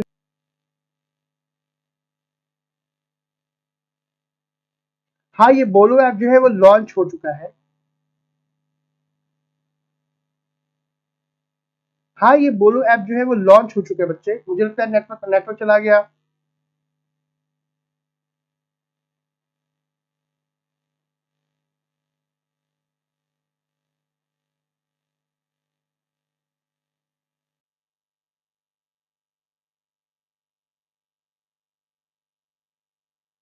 चलिए आगे आगे, नेटवर्क आ गया, परेशान ना हो, नेटवर्क आ चुका है, नेटवर्क आ गया है, नेटवर्क आ गया है बच्चे, नेटवर्क आ चुका है, आगे आवाज आ गया। बीच बीच में वॉइस नहीं, एक्चुअली लाइट चली गई थी, लाइट की वजह से ये प्रॉब्लम हो गई। लाइट मतलब जब फ्लैक्चुएट करती है तो फिर इंटरनेट कनेक्शन भी बाधित हो जाता है, सॉरी इसके लिए। अब आ रही है आवाज? अब आ रही है अच्छे तरीके से आवाज? हाँ अब आ रही है, चलो ठीक है, सब क्लियर हो गया। हाँ ठीक है बाबा, हो गया। चलो देखो अगर हम बात करें कि ये जो जो ऐप की बात कर रहे थे, इसमें क्या हुआ ना, इसमें क्या है कि इंटरेस्टिंग बनाने के लिए, भाई बच्चों को कोई भी चीज चाहिए तो इंटरेस्टिंग चाहिए, तो इसमें जो है उसकी हेल्प के लिए, मतलब रीडिंग की हेल्प के लिए एक प्रकार का एक बडी है। बडी मतलब जैसे कार्टून करेक्टर होता है ना, तो उसके अंदर इस ऐप के अंदर में कार्टून करेक्टर है जिसका नाम है दिया। आए समझ में? ये दिया जो होगी वो क्या करेगी कि बच्चों को कहानियां सुनाएगी। जैसे कि मान लीजिए कि बचपन में बच्चों को कहानियां दादी और नानियां सुनाती थी, लेकिन इस ऐप की बात करें तो इसमें जो कहानियां होंगी, ये एक एनिमेटेड कैरेक्टर दिया सुनाएगी। कोई भी कहानी को जब वो टिक करेंगे तो वो क्या होगी, वो कहानी को धीरे धीरे पढ़ के सुनाएगी, जो बच्चे आसानी से इसको समझ सकते हैं। और ये ध्यान दीजिएगा इसके, अगर इस रीडिंग मटेरियल की बात करें तो ये फ्री ऑफ कॉस्ट है। अगर आप अपने बच्चों को यूट्यूब देते हो कि वीडियो देखो तरह तरह की मतलब कार्टून करेक्टर को देखने के लिए, तो मेरे ख्याल से कि वीडियो पे, यूट्यूब पे वीडियो ना दे करके आप उनके फोन में ये बोलो ऐप डाउनलोड कर दो, जिससे वो क्या करेंगे, कहानियां के साथ साथ चीजों को भी सीखेंगे। क्लियर है? ठीक है। और ध्यान दीजिएगा इस, अगर हम बात करें, हाँ ये हो गया, इसमें कैरेक्टर है दिया, और ये पूरी तरीके से निःशुल्क है, और हाँ ये आ चुका है, मतलब आप ये बोल सकते हो कि ये लॉन्च हो चुका है, आप भी जाके प्ले स्टोर से डाउनलोड कर सकते हैं। अगर हम बात करें कि क्या एम है, सो गाइस अगर इस ऐप के एम की बात करें तो ये जो है बच्चों की जो रीडिंग एबिलिटी है उसे इम्प्रूव करने के लिए जो है लगाया गया है। रीडिंग एबिलिटी का मतलब बच्चे अच्छे तरीके से हिंदी और इंग्लिश को रीड कर सके, ठीक है। और साथ में कई ध्यान दीजिएगा कि इसकी कमी से आगे की शिक्षा और अंततः बच्चों की अपनी पूरी क्षमता का एहसास करने की क्षमता प्रोवाइड हो जाती है। मतलब आप बोल सकते हो कि जिस बच्चों की रीडिंग जो एबिलिटी होती है वो अगर प्रॉपर तरीके से अच्छी नहीं होती है तो आने वाले समय में जो भी एजुकेशन वो लेंगे काफी प्रॉब्लम होती है। मैं तो बस इतना कहना चाहूंगा। सर वीडियो को कैप्शन रखा करें, कब से कब तक का करंट अफेयर है आज। ओके बच्चे, आपकी बात मैंने मान ली। नेक्स्ट आ जाते हैं आर्सेनिक एल्बम। आर्सेनिक एल्बम एक प्रकार की होम्योपैथ मेडिसिन है जो काफी चर्चा में आई थी। एक मैसेज जो है बहुत लोग क्या कर रहे थे, पॉपअप कर रहे थे, ठीक है, कि इस कोरोना में इस मैसेज इसको लेने पे ये होता है 30 का लो, और 30 का लेने के बाद क्या होगा, कोरोना नहीं आएगा। और गाइस ऐसा हुआ, मतलब इस आर्सेनिक एल्बम की इतनी ज्यादा बिक्री होने लगी कि मार्केट से खत्म हो गया। मतलब कि जो दवा जो है 50 से 60 रुपए में लोगों को मतलब मिल जाती थी नॉर्मली, वो 200 रुपए में भी लोग इसे खरीद रहे थे। काला भाई बोल सकते हो कि कोई भी चीज अगर डिमांड बढ़ जाती है तो भाई काला बाजार तो वही लगती है, ठीक है। सर आप क्या है यूपीएससी एसएससी से रिलेटेड सारे इंपॉर्टेंट टॉपिक पढ़ेगा। यूपीएसएससी यूपीएससी यूपीएससी से तो बता रहा हूँ बच्चे। कोरोना की दवाई मैंने क्या है मैं आपको बता देता हूँ कि आर्सेनिक एल्बम बेसिकली क्या है और क्यों चर्चा में थी। ध्यान दीजिएगा, अगर आर्सेनिक एल्बम की बात करें तो राजस्थान, कर्नाटक, तमिलनाडु, आंध्र प्रदेश और केरल में राज्य सरकारों द्वारा आर्सेनिक एल्बम 30 की सिफारिश की गई थी। मतलब कि इन जो ये जो आप राजस्थान ये जो राज्य देख रहे हो, इन्होंने क्या कहा था कि जो आर्सेनिक एल्बम है ना, वो लोगों को दी जानी चाहिए, ठीक है, इम्यून सिस्टम को डेवलप करने के लिए, ठीक है। अब बेसिकली आर्सेनिक की बात की तो ये कैसे बनाया जाता है, तो देखो आर्सेनिक एल्बम जो है आर्सेनिक को किसके साथ, डिस्टिल वाटर के साथ मिला करके बनाया जाता है, ठीक है। इस प्रक्रिया को 3 से 4 दिनों में बार बार दोहराया जाता है। तो अब एक बात ध्यान रखना कि जिन लोगों ने भी आर्सेनिक मेडिसिन ली होगी बिना किसी डॉक्टर की, तो मैं बता दूं कि ये आर्सेनिक है। अगर आपकी बॉडी के अंदर में ये ज्यादा मात्रा में चल जाएगी तो ब्लैक फुट डिजीज होने की संभावना होती है। होम्योपैथ मेडिसिन लोगों को लगता है कि सर होम्योपैथ मेडिसिन अगर फायदा नहीं करती है तो नुकसान भी नहीं करती। ये अवधारणा को चेंज करने की जरूरत है, क्योंकि अगर हम बात करें होम्योपैथ मेडिसिन के बारे में तो होम्योपैथ मेडिसिन आपके सेल्स पर जाके काम करती है। आपको हो सकता है कि कोई भी दवा का साइड इफेक्ट अभी पता चले ना चले, लेकिन ध्यान रखना अगर आपने आज अगर 1 लाख 2 लाख पावर की क्षमता की अगर मेडिसिन ली होगी तो इसका असर आपको आज नहीं 6 महीने, साल 2 साल के बाद भी देखने को मिल सकता है। तो कोई भी दवा चाहे कोई भी हो, वैसे तो एलोपैथ आयुर्वेदिक कोई भी हो, लेकिन मैं खास कर बोलूंगा कि अगर आप होम्योपैथिक मेडिसिन का यूज करते हैं तो बिना किसी डॉक्टर के सलाह के बिल्कुल भी ना लें। आपको ये लग रहा है कि एक बूंद आपके इतने बड़े शरीर को क्या नुकसान पहुंचाएगा, लेकिन ध्यान दीजिएगा ये एक बूंद अगर दवा गलत चल गई तो आपके पूरे शरीर को बर्बाद करके रख सकती है। Is that clear? तो कोई भी अगर आपको होम्योपैथ दवा दे तो वो डॉक्टर से ले। अगर कोई अगर बोलता है ये दवा ले लो वो दवा ले लो, बिल्कुल भी नहीं, क्योंकि होम्योपैथ जो मेडिसिन होती है वो किसी डिजीज की नहीं होती, वो सिम्टम्स के आधार पर काम करती है। और एक मैं बता चुका हूं कि एक ही सिम्टम्स कई बीमारियों में भी होते हैं। जो आपके होम्योपैथ डॉक्टर होता है वो आपकी प्रॉपर काउंसलिंग करता है। अगर कभी आप होम्योपैथ मेडिसिन लेते हो तो मैं आपको बता दूं कि आपसे आप जो अगर आपको कोई भी प्रॉब्लम होती है, जैसे मान लो आपको सर में दर्द है, आप डॉक्टर के पास गए और बोले सर में दर्द है, तो आपसे डॉक्टर ये पूछेंगे कि अच्छा बताओ तुम्हें ठंडा अच्छा लगता है या गर्म अच्छा लगता है, ये बताओ कि तुम्हें सुबह अच्छा लगता है या शाम में अच्छा लगता है, मीठा खाना पसंद ही नहीं है।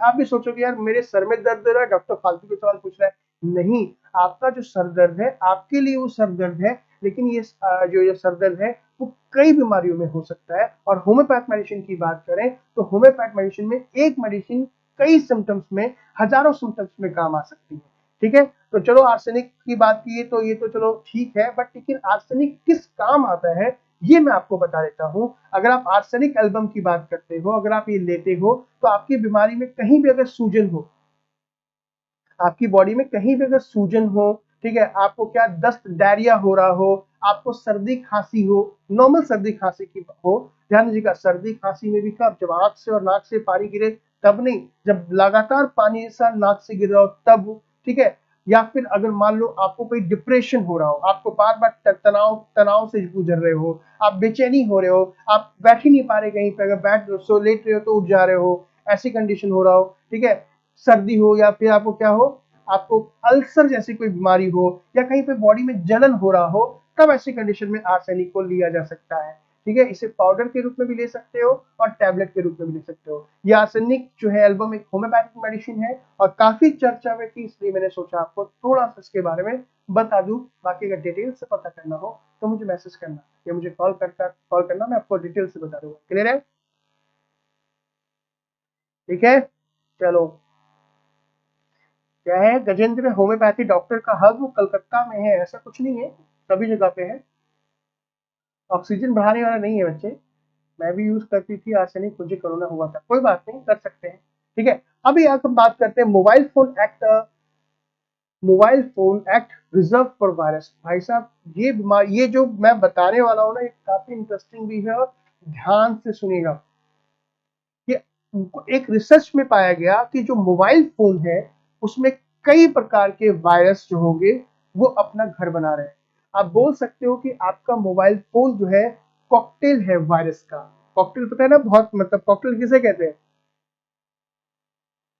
बहुत सारे जूसेस को कॉकटेल कहते हैं। ये जो मैं ये जो टॉपिक पढ़ा रहा हूँ, ये जो करंट अफेयर है, इसे ध्यान से सुनिएगा। क्यों? क्योंकि ये आपके लिए बहुत जरूरी है, क्योंकि आजकल जो फोन है ना, वो सभी जगह पे होता है। मतलब ऐसी ऐसी जगह जहाँ पे आपको फोन लेके नहीं जाना चाहिए, आप वहां पर भी फोन लेके जाते हो, आए समझ में। और भाई, अगर आप बोलो गंदी जगह पे जाओगे तो आकर के आप नहा लेते हो और आप कपड़ा साफ कर लेते हो, तो आपकी जो गंदगी है वो हट जाती है। लेकिन फोन, क्या आप फोन को भी नहलाते हो? नहीं ना। तो आपको पता है, जब से आपने अपना फोन लिया है तब से उसने नहाया नहीं है, और नहीं नहाया तो उसका मतलब क्या हो सकता है, आप समझ सकते हो कितनी गंदगी होगी। जी हाँ, हम बात करें एक रिसर्च के बारे में। हाल ही में एक नए अध्ययन में एक चेतावनी दी गई है। चेतावनी का मतलब वार्न किया गया है कि मोबाइल फोन जो है, वो जो लाइव बैक्टीरिया होते हैं या लाइव जर्म्स होते हैं, उसके कॉकटेल के रूप में काम कर रहे हैं। यानी कि आपके फोन में, मतलब कि आपके पर्स पे, आपके कपड़े, आपके इन्वायरमेंट में जितने बैक्टीरियाज नहीं है, जितने ऑर्गेनिज्म नहीं है, जितने जर्म्स नहीं है, उससे कहीं ज्यादा आपके मोबाइल फोन पे ये सारे के सारे जर्म हैं।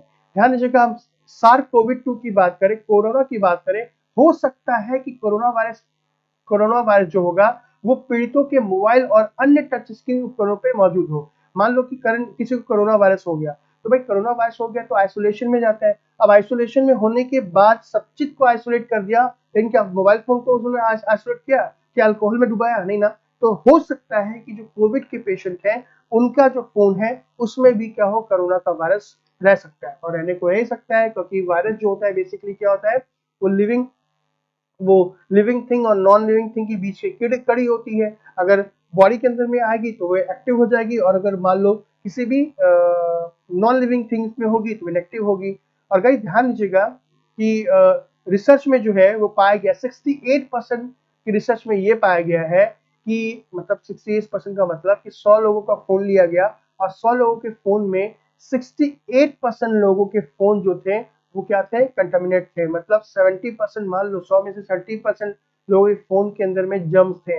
और इसमें जो बैक्टीरिया थे, जो कीटाणु थे, उसमें से कुछ आम थे, जैसे गोल्डन स्टेफ और इकोलाई जो बैक्टीरिया है, वो सबसे आम बग थे भाई साहब। यानी कि मेरे और अगर आपके फोन की बात करें, और इस फोन को अगर हम लेबोरेटरी में भेजेंगे, तो दो प्रकार के बैक्टीरिया, जिसमें सबसे पहला कौन सा है, गोल्डन स्टेफ, और दूसरा क्या है, इकोलाई। ये दो प्रकार के ऐसे बग है, सुपर बग है, जो फोन पे मिल सकते हैं। और अगर ये फोन पे मिले और अगर आपका डायरेक्ट इससे संपर्क हो गया तो क्या बीमारी हो सकती है, चलो एक बार हम बात कर लेते हैं। यानी कि इकोलाई और आपका गोल्डन स्टफ जो बग है, ये क्या है? मुझे पता है कि आपसे, आपके बोलने से पहले ही, कि आप जरूर पूछोगे सर, इकोलाई और गोल्डन स्टफ की बात करें, ये किस प्रकार के बैक्टीरिया हैं, ये किस प्रकार के बग हैं, और इनसे क्या नुकसान होता है, मैं आपको वो भी बता देता हूँ।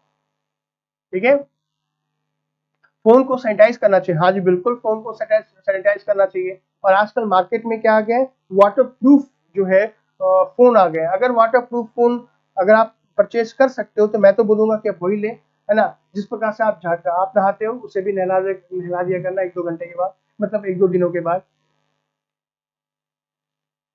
हाँ सर, हम अपना फ़ोन को कैसे इन चीज़ों से बचाएँ? अपने फ़ोन को बचाने का एक ही तरीका है कि फ़ोन का इस्तेमाल कम करें, ठीक है? सर मैं फ़ोन को सैनिटाइज़ करती हूँ। मयूरी फ़ोन को सैनिटाइज़ करते समय ध्यान रखना, अगर थोड़ा-सा भी अल्कोहल चला गया आपके फ़ोन में तो आपका फ़ोन बर्बाद हो जाएगा। सैनिटाइज़ करना चाहिए। वैसे मुझे लगता है जितने लोग बोल रहे हैं कि सैनिटाइज़ करता हूँ, मुझे लगता है एक भी बंदा सैनिटाइज़ नहीं करता है। देखो मैं अपनी बात बोलूँ, मैंने आज तक भी अपने फ़ोन को सैनिटाइज़ नहीं किया, है ना? मैं डायरेक्ट पानी में डाल देता हूँ। ऐसा बिल्कुल भी नहीं है, मज़ाक कर रहा था, सीरियस मत लेना। सैनिटाइज से कुछ होता तो पूरे इंडिया को हेलीकॉप्टर से सैनिटाइज करा देते। ऐसा कुछ नहीं, सैनिटाइज करने से बहुत फायदे भी होते हैं। तो चलो ये गोल्डन स्टफ की बात करें, ये एक प्रकार का कॉमन बग पाया गया है आपके मोबाइल फोन में। तो ये क्या है बेसिकली? देखो, अगर हम बात करें गोल्डन स्टफ के बारे में, ठीक है, तो इसका जो नाम है, पूरा नाम देखो, फालतू नाम है यार, इतने बड़े बड़े नाम होते हैं। मुझे तो कोई प्रॉब्लम नहीं, आपको याद करने में काफी प्रॉब्लम होगी। इसका जो नाम है वो स्टेफिलोकोकस आइरिसियस। ध्यान दीजिएगा, नाम फिर से पढ़ेंगे, स्टेफिलोकोकस। स्टेफिलोकोकस आप चाहो तो क्लास वहां भी बोल के 4 बार बोल सकते हो, ऑरियस या एस ऑरियस बोल सकते हैं। ये एक प्रकार का जो है सामान्य जीवाणु है, एक प्रकार का कॉमन बैक्टीरिया है जो त्वचा पर नाक में रहता है, आपके स्किन में और आपके नाक में जो होगा, ये आपका स्टोफिलोकोकस ऑरिया रहता है। इसे गोल्डन स्टफ भी कहा जाता है। क्या कहा जाता है इसे? गोल्डन स्टफ भी कहा जाता है, ठीक है। ध्यान दीजिएगा इसकी एंटीबायोटिक की दवा के अत्यधिक प्रयोग में, मतलब हम लोग आजकल क्या कर रहे हैं, थोड़ी सी कोई बीमारी होती है, डॉक्टर आपको एंटीबायोटिक दे देते हैं, वो भी 650 mg की। आए समझ में? तो इसका ज्यादा उपयोग ने क्या कर दिया कि एस और एस के दवा प्रतिरोध उपभेदों को जन्म दे दिया गया है। अब ये क्या है सुनेगा, वो कह रहा है कि जो गोल्डन स्टफ मार्केट में पहले से था, ठीक है, उसने क्या किया, उस उन्होंने भी अपनी बॉडी के अंदर में क्या कर लिया, जो एंटीबायोटिक है उसको लेकर के अपना रेसिस्टेंस जो है वो डेवलप कर लिया है। यानी कि अब अगर आप नॉर्मल एंटीबायोटिक भी खाते हो, 650 mg की अगर एंटीबायोटिक भी खाते हो, तो भी जो है आपके शरीर में गोल्डन स्टफ आ सकता है, ठीक है। सर कल की क्लास के लिए भी यही टाइमिंग है ना? कल की क्लास नहीं होगी, कल सैटरडे है। सैटरडे और संडे को वीडियो में कोई क्लास नहीं होती बच्चे। ध्यान दीजिएगा, अभी कैसे फैलता है गोल्डन स्टफ, बेसिकली फैलता कैसे है? तो गोल्डन स्टफ की जब हम बात करें तो गोल्डन स्टफ त्वचा पर, यानी कि स्किन पर, त्वचा के संपर्क से, यानी कि अगर किसी के स्किन पे हो, अगर आप हाथ मिला रहे हो या किसी तरीके से उस व्यक्ति के संपर्क में आप आ जाते हो, तब आपकी बॉडी में गोल्डन स्टफ आ सकता है। दूसरा, दूषित या दूषित दूषित सतह को छूने से फैल सकता है। यानी कि अगर मान लो ऐसी जगह पे, ऐसा सरफेस जो कंटामिनेट हो चुका है, उसको छुएंगे तो आपकी बॉडी में आ सकता है। खराब और व्यक्तिगत स्वच्छता, मान लो कि अगर आप क्या बोल सकते, जो पुअर पर्सन हाइजेनिक, आप में से बहुत लोग हाइजेनिक का ख्याल नहीं रखते, तो अगर जो लोग हाइजेनिक का ख्याल नहीं रखते उससे फैल सकता है। और मान लो किसी को कोई घाव हो चुका हो और वो घाव खुला है, मतलब उसको अच्छा आपने उसकी क्या ड्रेसिंग नहीं करी है, तब ये आपकी बॉडी में फैल सकता है। यानी कि गोल्डन स्टेप की बात करें तो इन तरीके से फैल सकता है। लेकिन और इसके अलावा अच्छी तरीके से हाथ धोना, अच्छी तरीके से हाथ ना धोना मैं बोलूँगा।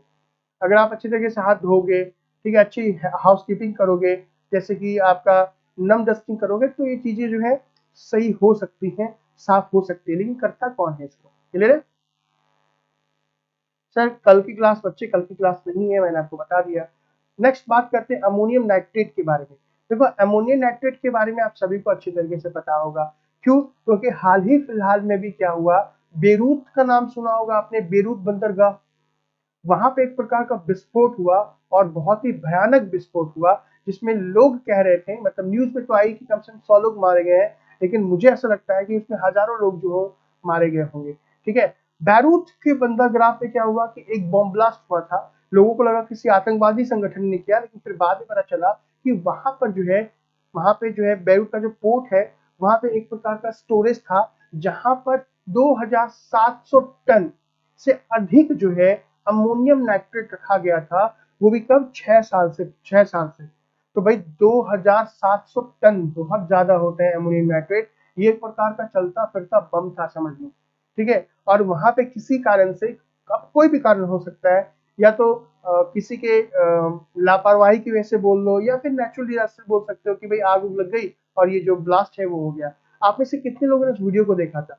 मैं आपको सही बोलूं, उस वीडियो को जब मैंने देखा तो मतलब कि धमाका इतना तेज था कि कई किलोमीटर दूर की खिड़कियां भी जो है वो ऐसे टूट गई कि मतलब जैसे पास में ही उसने या उसको पास से ही तोड़ा गया हो।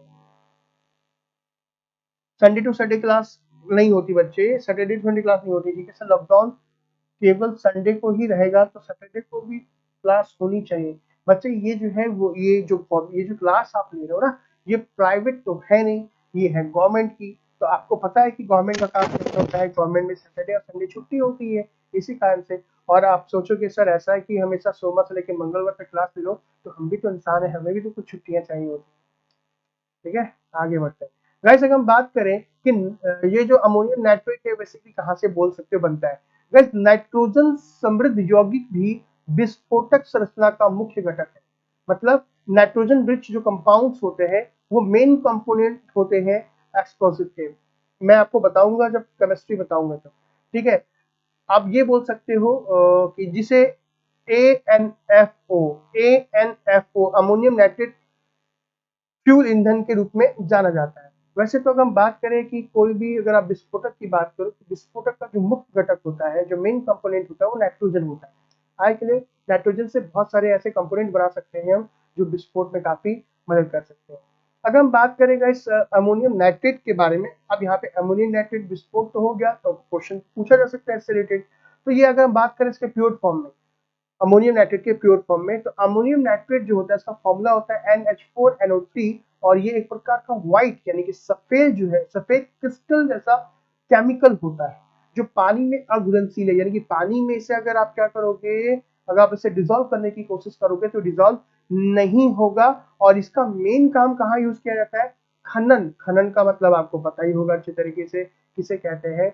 और निर्माण की बात करें, खनन और निर्माण में जो है इसका उपयोग किया जाता है, मेन कंपोनेंट होता है माइनिंग में और कंस्ट्रक्शन में। माइनिंग का मतलब कि भाई बड़े बड़े पहाड़ों को तोड़कर उसमें से बड़े बड़े पत्थर निकालना या कंस्ट्रक्शन करने के लिए बिल्डिंग को तोड़ना।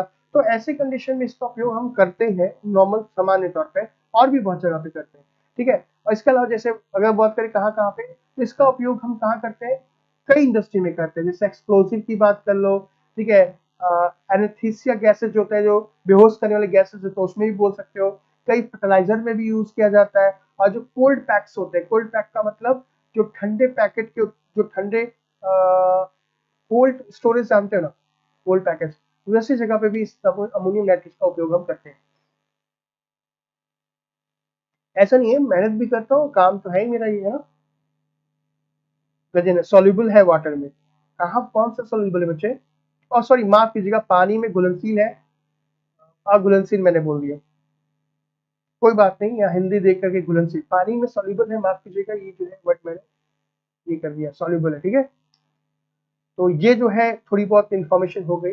अभी गाइस, क्या आप और मैं क्या अमोनियम नाइट्रेट को रख सकते हैं क्या? नहीं भाई, ये ये अगर रखोगे तो ये इलीगल है, ध्यान दीजिएगा। अगर मान लो कोई आप बिजनेस करते हो, बिजनेस इन द सेंस कि अगर मान लो आप कोई ऐसा काम करते हो जहाँ पे आपका निर्माण, जहाँ पे आपका रूपांतरण हो, बैगिंग हो, आयात हो, किसका? अमोनियम नाइट्रेट की बात कर रहा हूँ, अमोनियम नाइट्रेट की बात कर रहा हूँ। अगर मान लो अमोनियम नाइट्रेट की बात, अगर आप अमोनियम नाइट्रेट को बना रहे हो, उसका या तो इंपोर्ट कर रहे हो, उसे एक्सपोर्ट कर रहे हो, ट्रांसपोर्ट कर रहे हो, आए समझ में? तो ये सारी चीजें जो होती हैं अमोनियम नाइट्रेट नियम 2012 के तहत आती हैं। यानी कि एक प्रकार का क्या है, एक प्रकार का एक लॉ बोल लो, एक प्रकार का रूल है, द अमोनियम नाइट्रेट रूल 2012। आप एक बार देख सकते हो, इसके अंतर्गत ही आप क्या कर सकते हो, अमोनियम नाइट्रेट का उपयोग कर सकते हो, चाहे आप किसी भी फील्ड में करो। आए समझ में? और ध्यान दीजिएगा कि अगर हम बात करें इस नियम के अनुसार, भारत में आबादी वाले क्षेत्र की बात करें तो बड़ी मात्रा में जो है अमोनियम नाइट्रेट का भंडारण अवैध है। यानी कि भारत के अंदर में जहाँ पे क्राउड बहुत ज्यादा हो, मतलब आप बोल सकते हो शहरी इलाका जहाँ पे हो, वहां पे अमोनियम नाइट्रेट को आप नहीं रख सकते।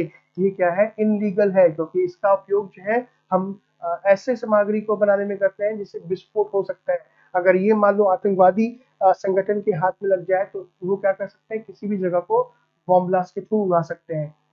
अब अगर हम बात करें गाइस, इसका उपयोग जो है अमोनियम नाइट्रेट के उत्पादन के लिए एक घटक के रूप में किया जा सकता है। औद्योगिक विकास और अधिनियम औद्योगिक विकास और विनिमय अधिनियम 1958 के तहत एक औद्योगिक लाइसेंस की आवश्यकता होती है। मतलब अगर आप कोई भी बिजनेस करते हो इससे रिलेटेड, तो आपको एक लाइसेंस लेने की आवश्यकता होती है। चाहे आप विस्फोटक बनाओ, चाहे आप वही एनेस्थेटिक गैसेस बनाओ, फर्टिलाइजर बनाओ, तो ये आपको लाइसेंस लेना पड़ेगा। अगर ये लाइसेंस मिल जाता है तब तो आप क्या कर सकते हो, फर्टिलाइजर वगैरह काम कर सकते हो, अदरवाइज नहीं कर सकते। क्लियर है? अगर आपको समझ में आया तो अच्छी बात है, कमेंट करके बताते रहना कि हाँ सर समझ में आ रहा है, और कोई भी चीजें समझ में नहीं आएगी तो वो भी बता देना। नेक्स्ट बात करते हैं रीवा सोलर पावर प्लांट के बारे में। सुना आपने? भाई रीवा पावर, जो रीवा मध्य प्रदेश में है, ध्यान दीजिएगा, सोलर पावर प्लांट सबसे बड़ा है वहां पे। मध्य प्रदेश की बात करें तो मध्य प्रदेश में 750 मेगावाट का रीवा सौर ऊर्जा संयंत्र जो है प्रधानमंत्री नरेंद्र मोदी के द्वारा राष्ट्र को समर्पित कर देगा। 750 मेगावाट बहुत होते हैं, वो भी सोलर पावर की बात करें। ये अपने तरह का सबसे बड़ा प्रोजेक्ट है, ध्यान दीजिएगा, जिसे मतलब राष्ट्र को समर्पित कर किया जा चुका है। ठीक है सर, क्या बैरूट गवर्नमेंट को इस शिप में नहीं था, एक वो था, क्या बोलते हैं, एक गोडाउन था उसमें रखा हुआ था। समझ में आया? अभी देखो, अगर हम बात करें सौर संयंत्र की स्थापना, मतलब सोलर प्लांट की स्थापना जो है Rewa ultra mega solar limited, ध्यान दीजिएगा, ये जो सोलर प्लांट है वो क्या, Rewa ultra mega solar limited और मध्य प्रदेश ऊर्जा विकास निगम लिमिटेड और central solar energy corporation of India, इन तीनों का मिला जुला जो है एक क्या है, ज्वाइंट वेंचर है। तो इसमें तीन लोगों ने क्या किया, आपस में मिल करके इस परियोजना को सफलता पूर्वक जो है वो लागू किया है। ध्यान दीजिए कौन कौन है, Rewa ultra mega solar limited, दूसरा मध्य प्रदेश ऊर्जा विकास निगम लिमिटेड और central solar energy corporation of India. Clear है? हाँ तो बोल दो। गाइस ध्यान दीजिएगा कि ये प्रोजेक्ट जितनी बड़ी है, पैसा भी तो बहुत बड़ा लगेगा इस पे। तो अगर हम बात करें विश्व बैंक समूह की जो कंपनी है, मतलब वर्ल्ड बैंक का जो ग्रुप है उसकी कंपनी है इंटरनेशनल फाइनेंस कॉर्पोरेशन, ने इस परियोजना के अंदर में इस प्रोजेक्ट के अंदर में लगभग 440 मिलियन डॉलर, या आप बोल सकते हो 2800 करोड़ रुपए निवेश किया। बहुत पैसे होते हैं। चलो, ये भारत में पहली सौर परियोजना है, मतलब बोल सकते हो this is the first solar project in India where difference category of customer we have contract to buy power. मतलब कि यहाँ पे ये पहली सौर परियोजना है जहाँ पर विभिन्न श्रेणियों के ग्राहक जो है बिजली खरीदने का अनुबंध, अलग अलग लोगों ने बिजली जो है इस परियोजना से खरीदने के लिए एक आपका क्या किया है, कॉन्ट्रैक्ट किया है। ठीक है, और यह भारत में विश्व बैंक और स्वच्छ प्रौद्योगिकी कोष से धन प्राप्त करने वाली पहली योजना भी है। It is also the first project to the get funding from the World Bank and clean technology fund in India. Clear है? तो ये जो है इतनी बड़ी परियोजना बोल सकते हो। तो आज की जो क्लास है हम इसको यहीं पे रखेंगे, नेक्स्ट क्लास में हम आगे बढ़ेंगे, और कल की जो क्लास नहीं हुई थी वो क्लास मैं जल्दी अपलोड कर दूंगा, ताकि उस क्लास को भी देख के आप जाके देख सकते हो। तो मुझे फटाफट आप बता दो कि आपको क्या समझ में नहीं आया आज की क्लास से रिलेटेड। कल तो बहुत सारी है, आज की क्लास से रिलेटेड कोई अगर आपके मन में सवाल हो तो आप मुझसे पूछ सकते हो, उसका जवाब मैं दूंगा। ठीक है, ये डिसलाइक करने के लिए कोई ही आता है? हाँ, एक एक एक ऐसे दोस्त है हमारे जो हमेशा, उनका काम ही है डिसलाइक करना। अच्छी चीज पे काला टीका लगाते हैं तो बस वही लगाते हैं। चला जाए, आज के क्लास को हम यही रखते हैं बच्चे, कोई अगर सवाल हो तो मुझसे पूछे, मैं बताऊंगा आपको।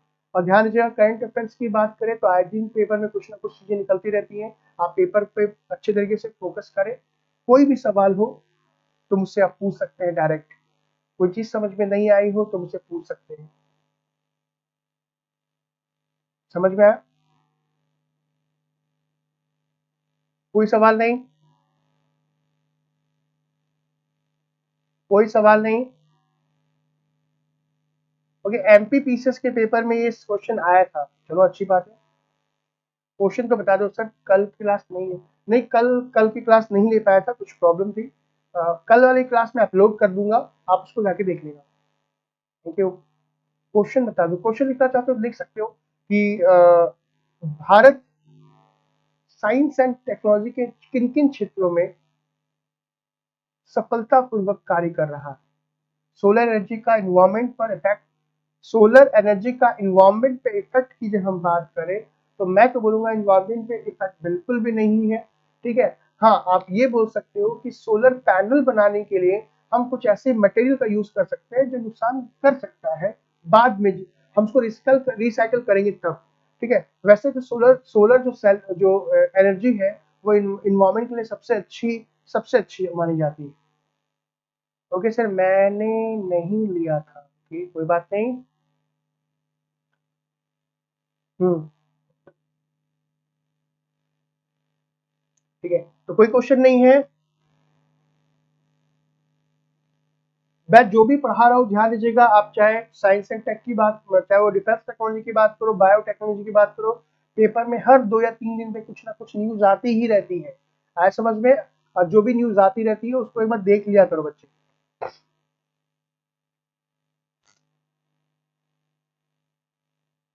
तो चलिए, आज की आपकी कोई क्वेश्चन नहीं है, मैं आज की क्लास वहीं पे रहता हूँ। ठीक है, ओके, क्वेश्चन रिपीट करें। देखो, भारत में साइंस एंड टेक के फील्ड में किन किन तकनीकों पे काम कर रहा है, किन किन कौन कौन से ऐसे फील्ड है जिस पे काम कर रहा है। Thank you Bunty, thank you. तो चला जाए, आज की क्लास यहीं पे स्टॉप करते हैं। कल क्लास नहीं है, कल सैटरडे और संडे। ठीक है, मंडे को हो सकता है कि हम आईटी वाला सेगमेंट लेंगे, 2 या 3 क्लास होगी, उसके बाद फिर हम बायोटेक्नोलॉजी बायोलॉजी की क्लास करेंगे कि जनरल साइंस की। ये जो आपकी टेक्नोलॉजी की क्लास है वो पूरी तरीके से खत्म हो चुकी है। खत्म तो मैं नहीं बोलूंगा, खत्म आपकी ये टॉपिक हो जाएगी, आप तो लगातार पढ़ोगे। ठीक है, डिजर्ट में सोलर प्लांट लगाने से क्या नुकसान है, लगाओगे कैसे डिजर्ट में, पहले ये बताओ। लगाने के लिए भी तो कुछ होना चाहिए वहां पे। पिछले कितने ईयर तक की करंट अफेयर्स आते हैं भाई, एक साल का, एक साल। मैं तो बोलूंगा कि देखो, अगर अच्छी तरीके से प्रिपरेशन करनी है तो कम से कम भी 12 महीने का, 13 महीने का तो करंट आप देख ही लो। ये आपके लिए काफी इंपॉर्टेंट होगा ये चीजें, 12 से 13 महीने की करंट। ठीक है, और पीछे से स्टार्ट करो। आजकल बहुत सारे जो मैगजीन है वो करंट में ले मतलब प्रीवियस ईयर के भी क्वेश्चन आपको प्रोवाइड कराते हैं, करंट वाले, और करंट के नोट्स भी करवाते हैं, तो आप देख लो।